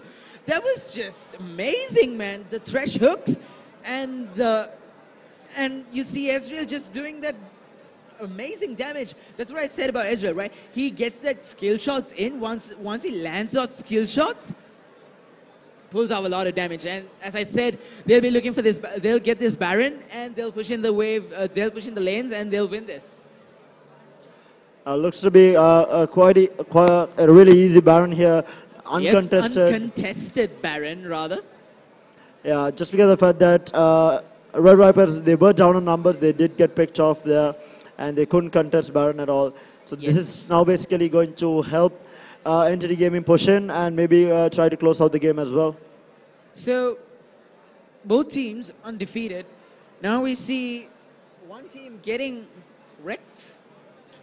Yeah, I mean, it seems to be a very dominant performance from Entity Gaming for sure. But of course, we gotta give it to Entity Gaming, man. They are just dominating this game.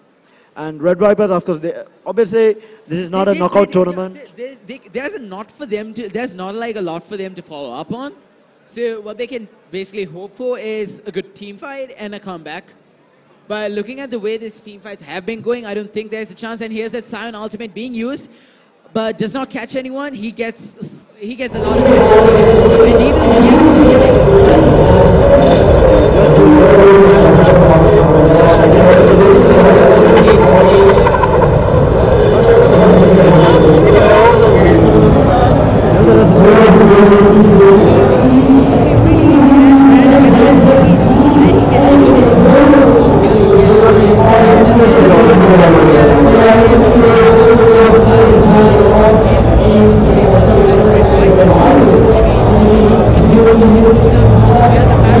will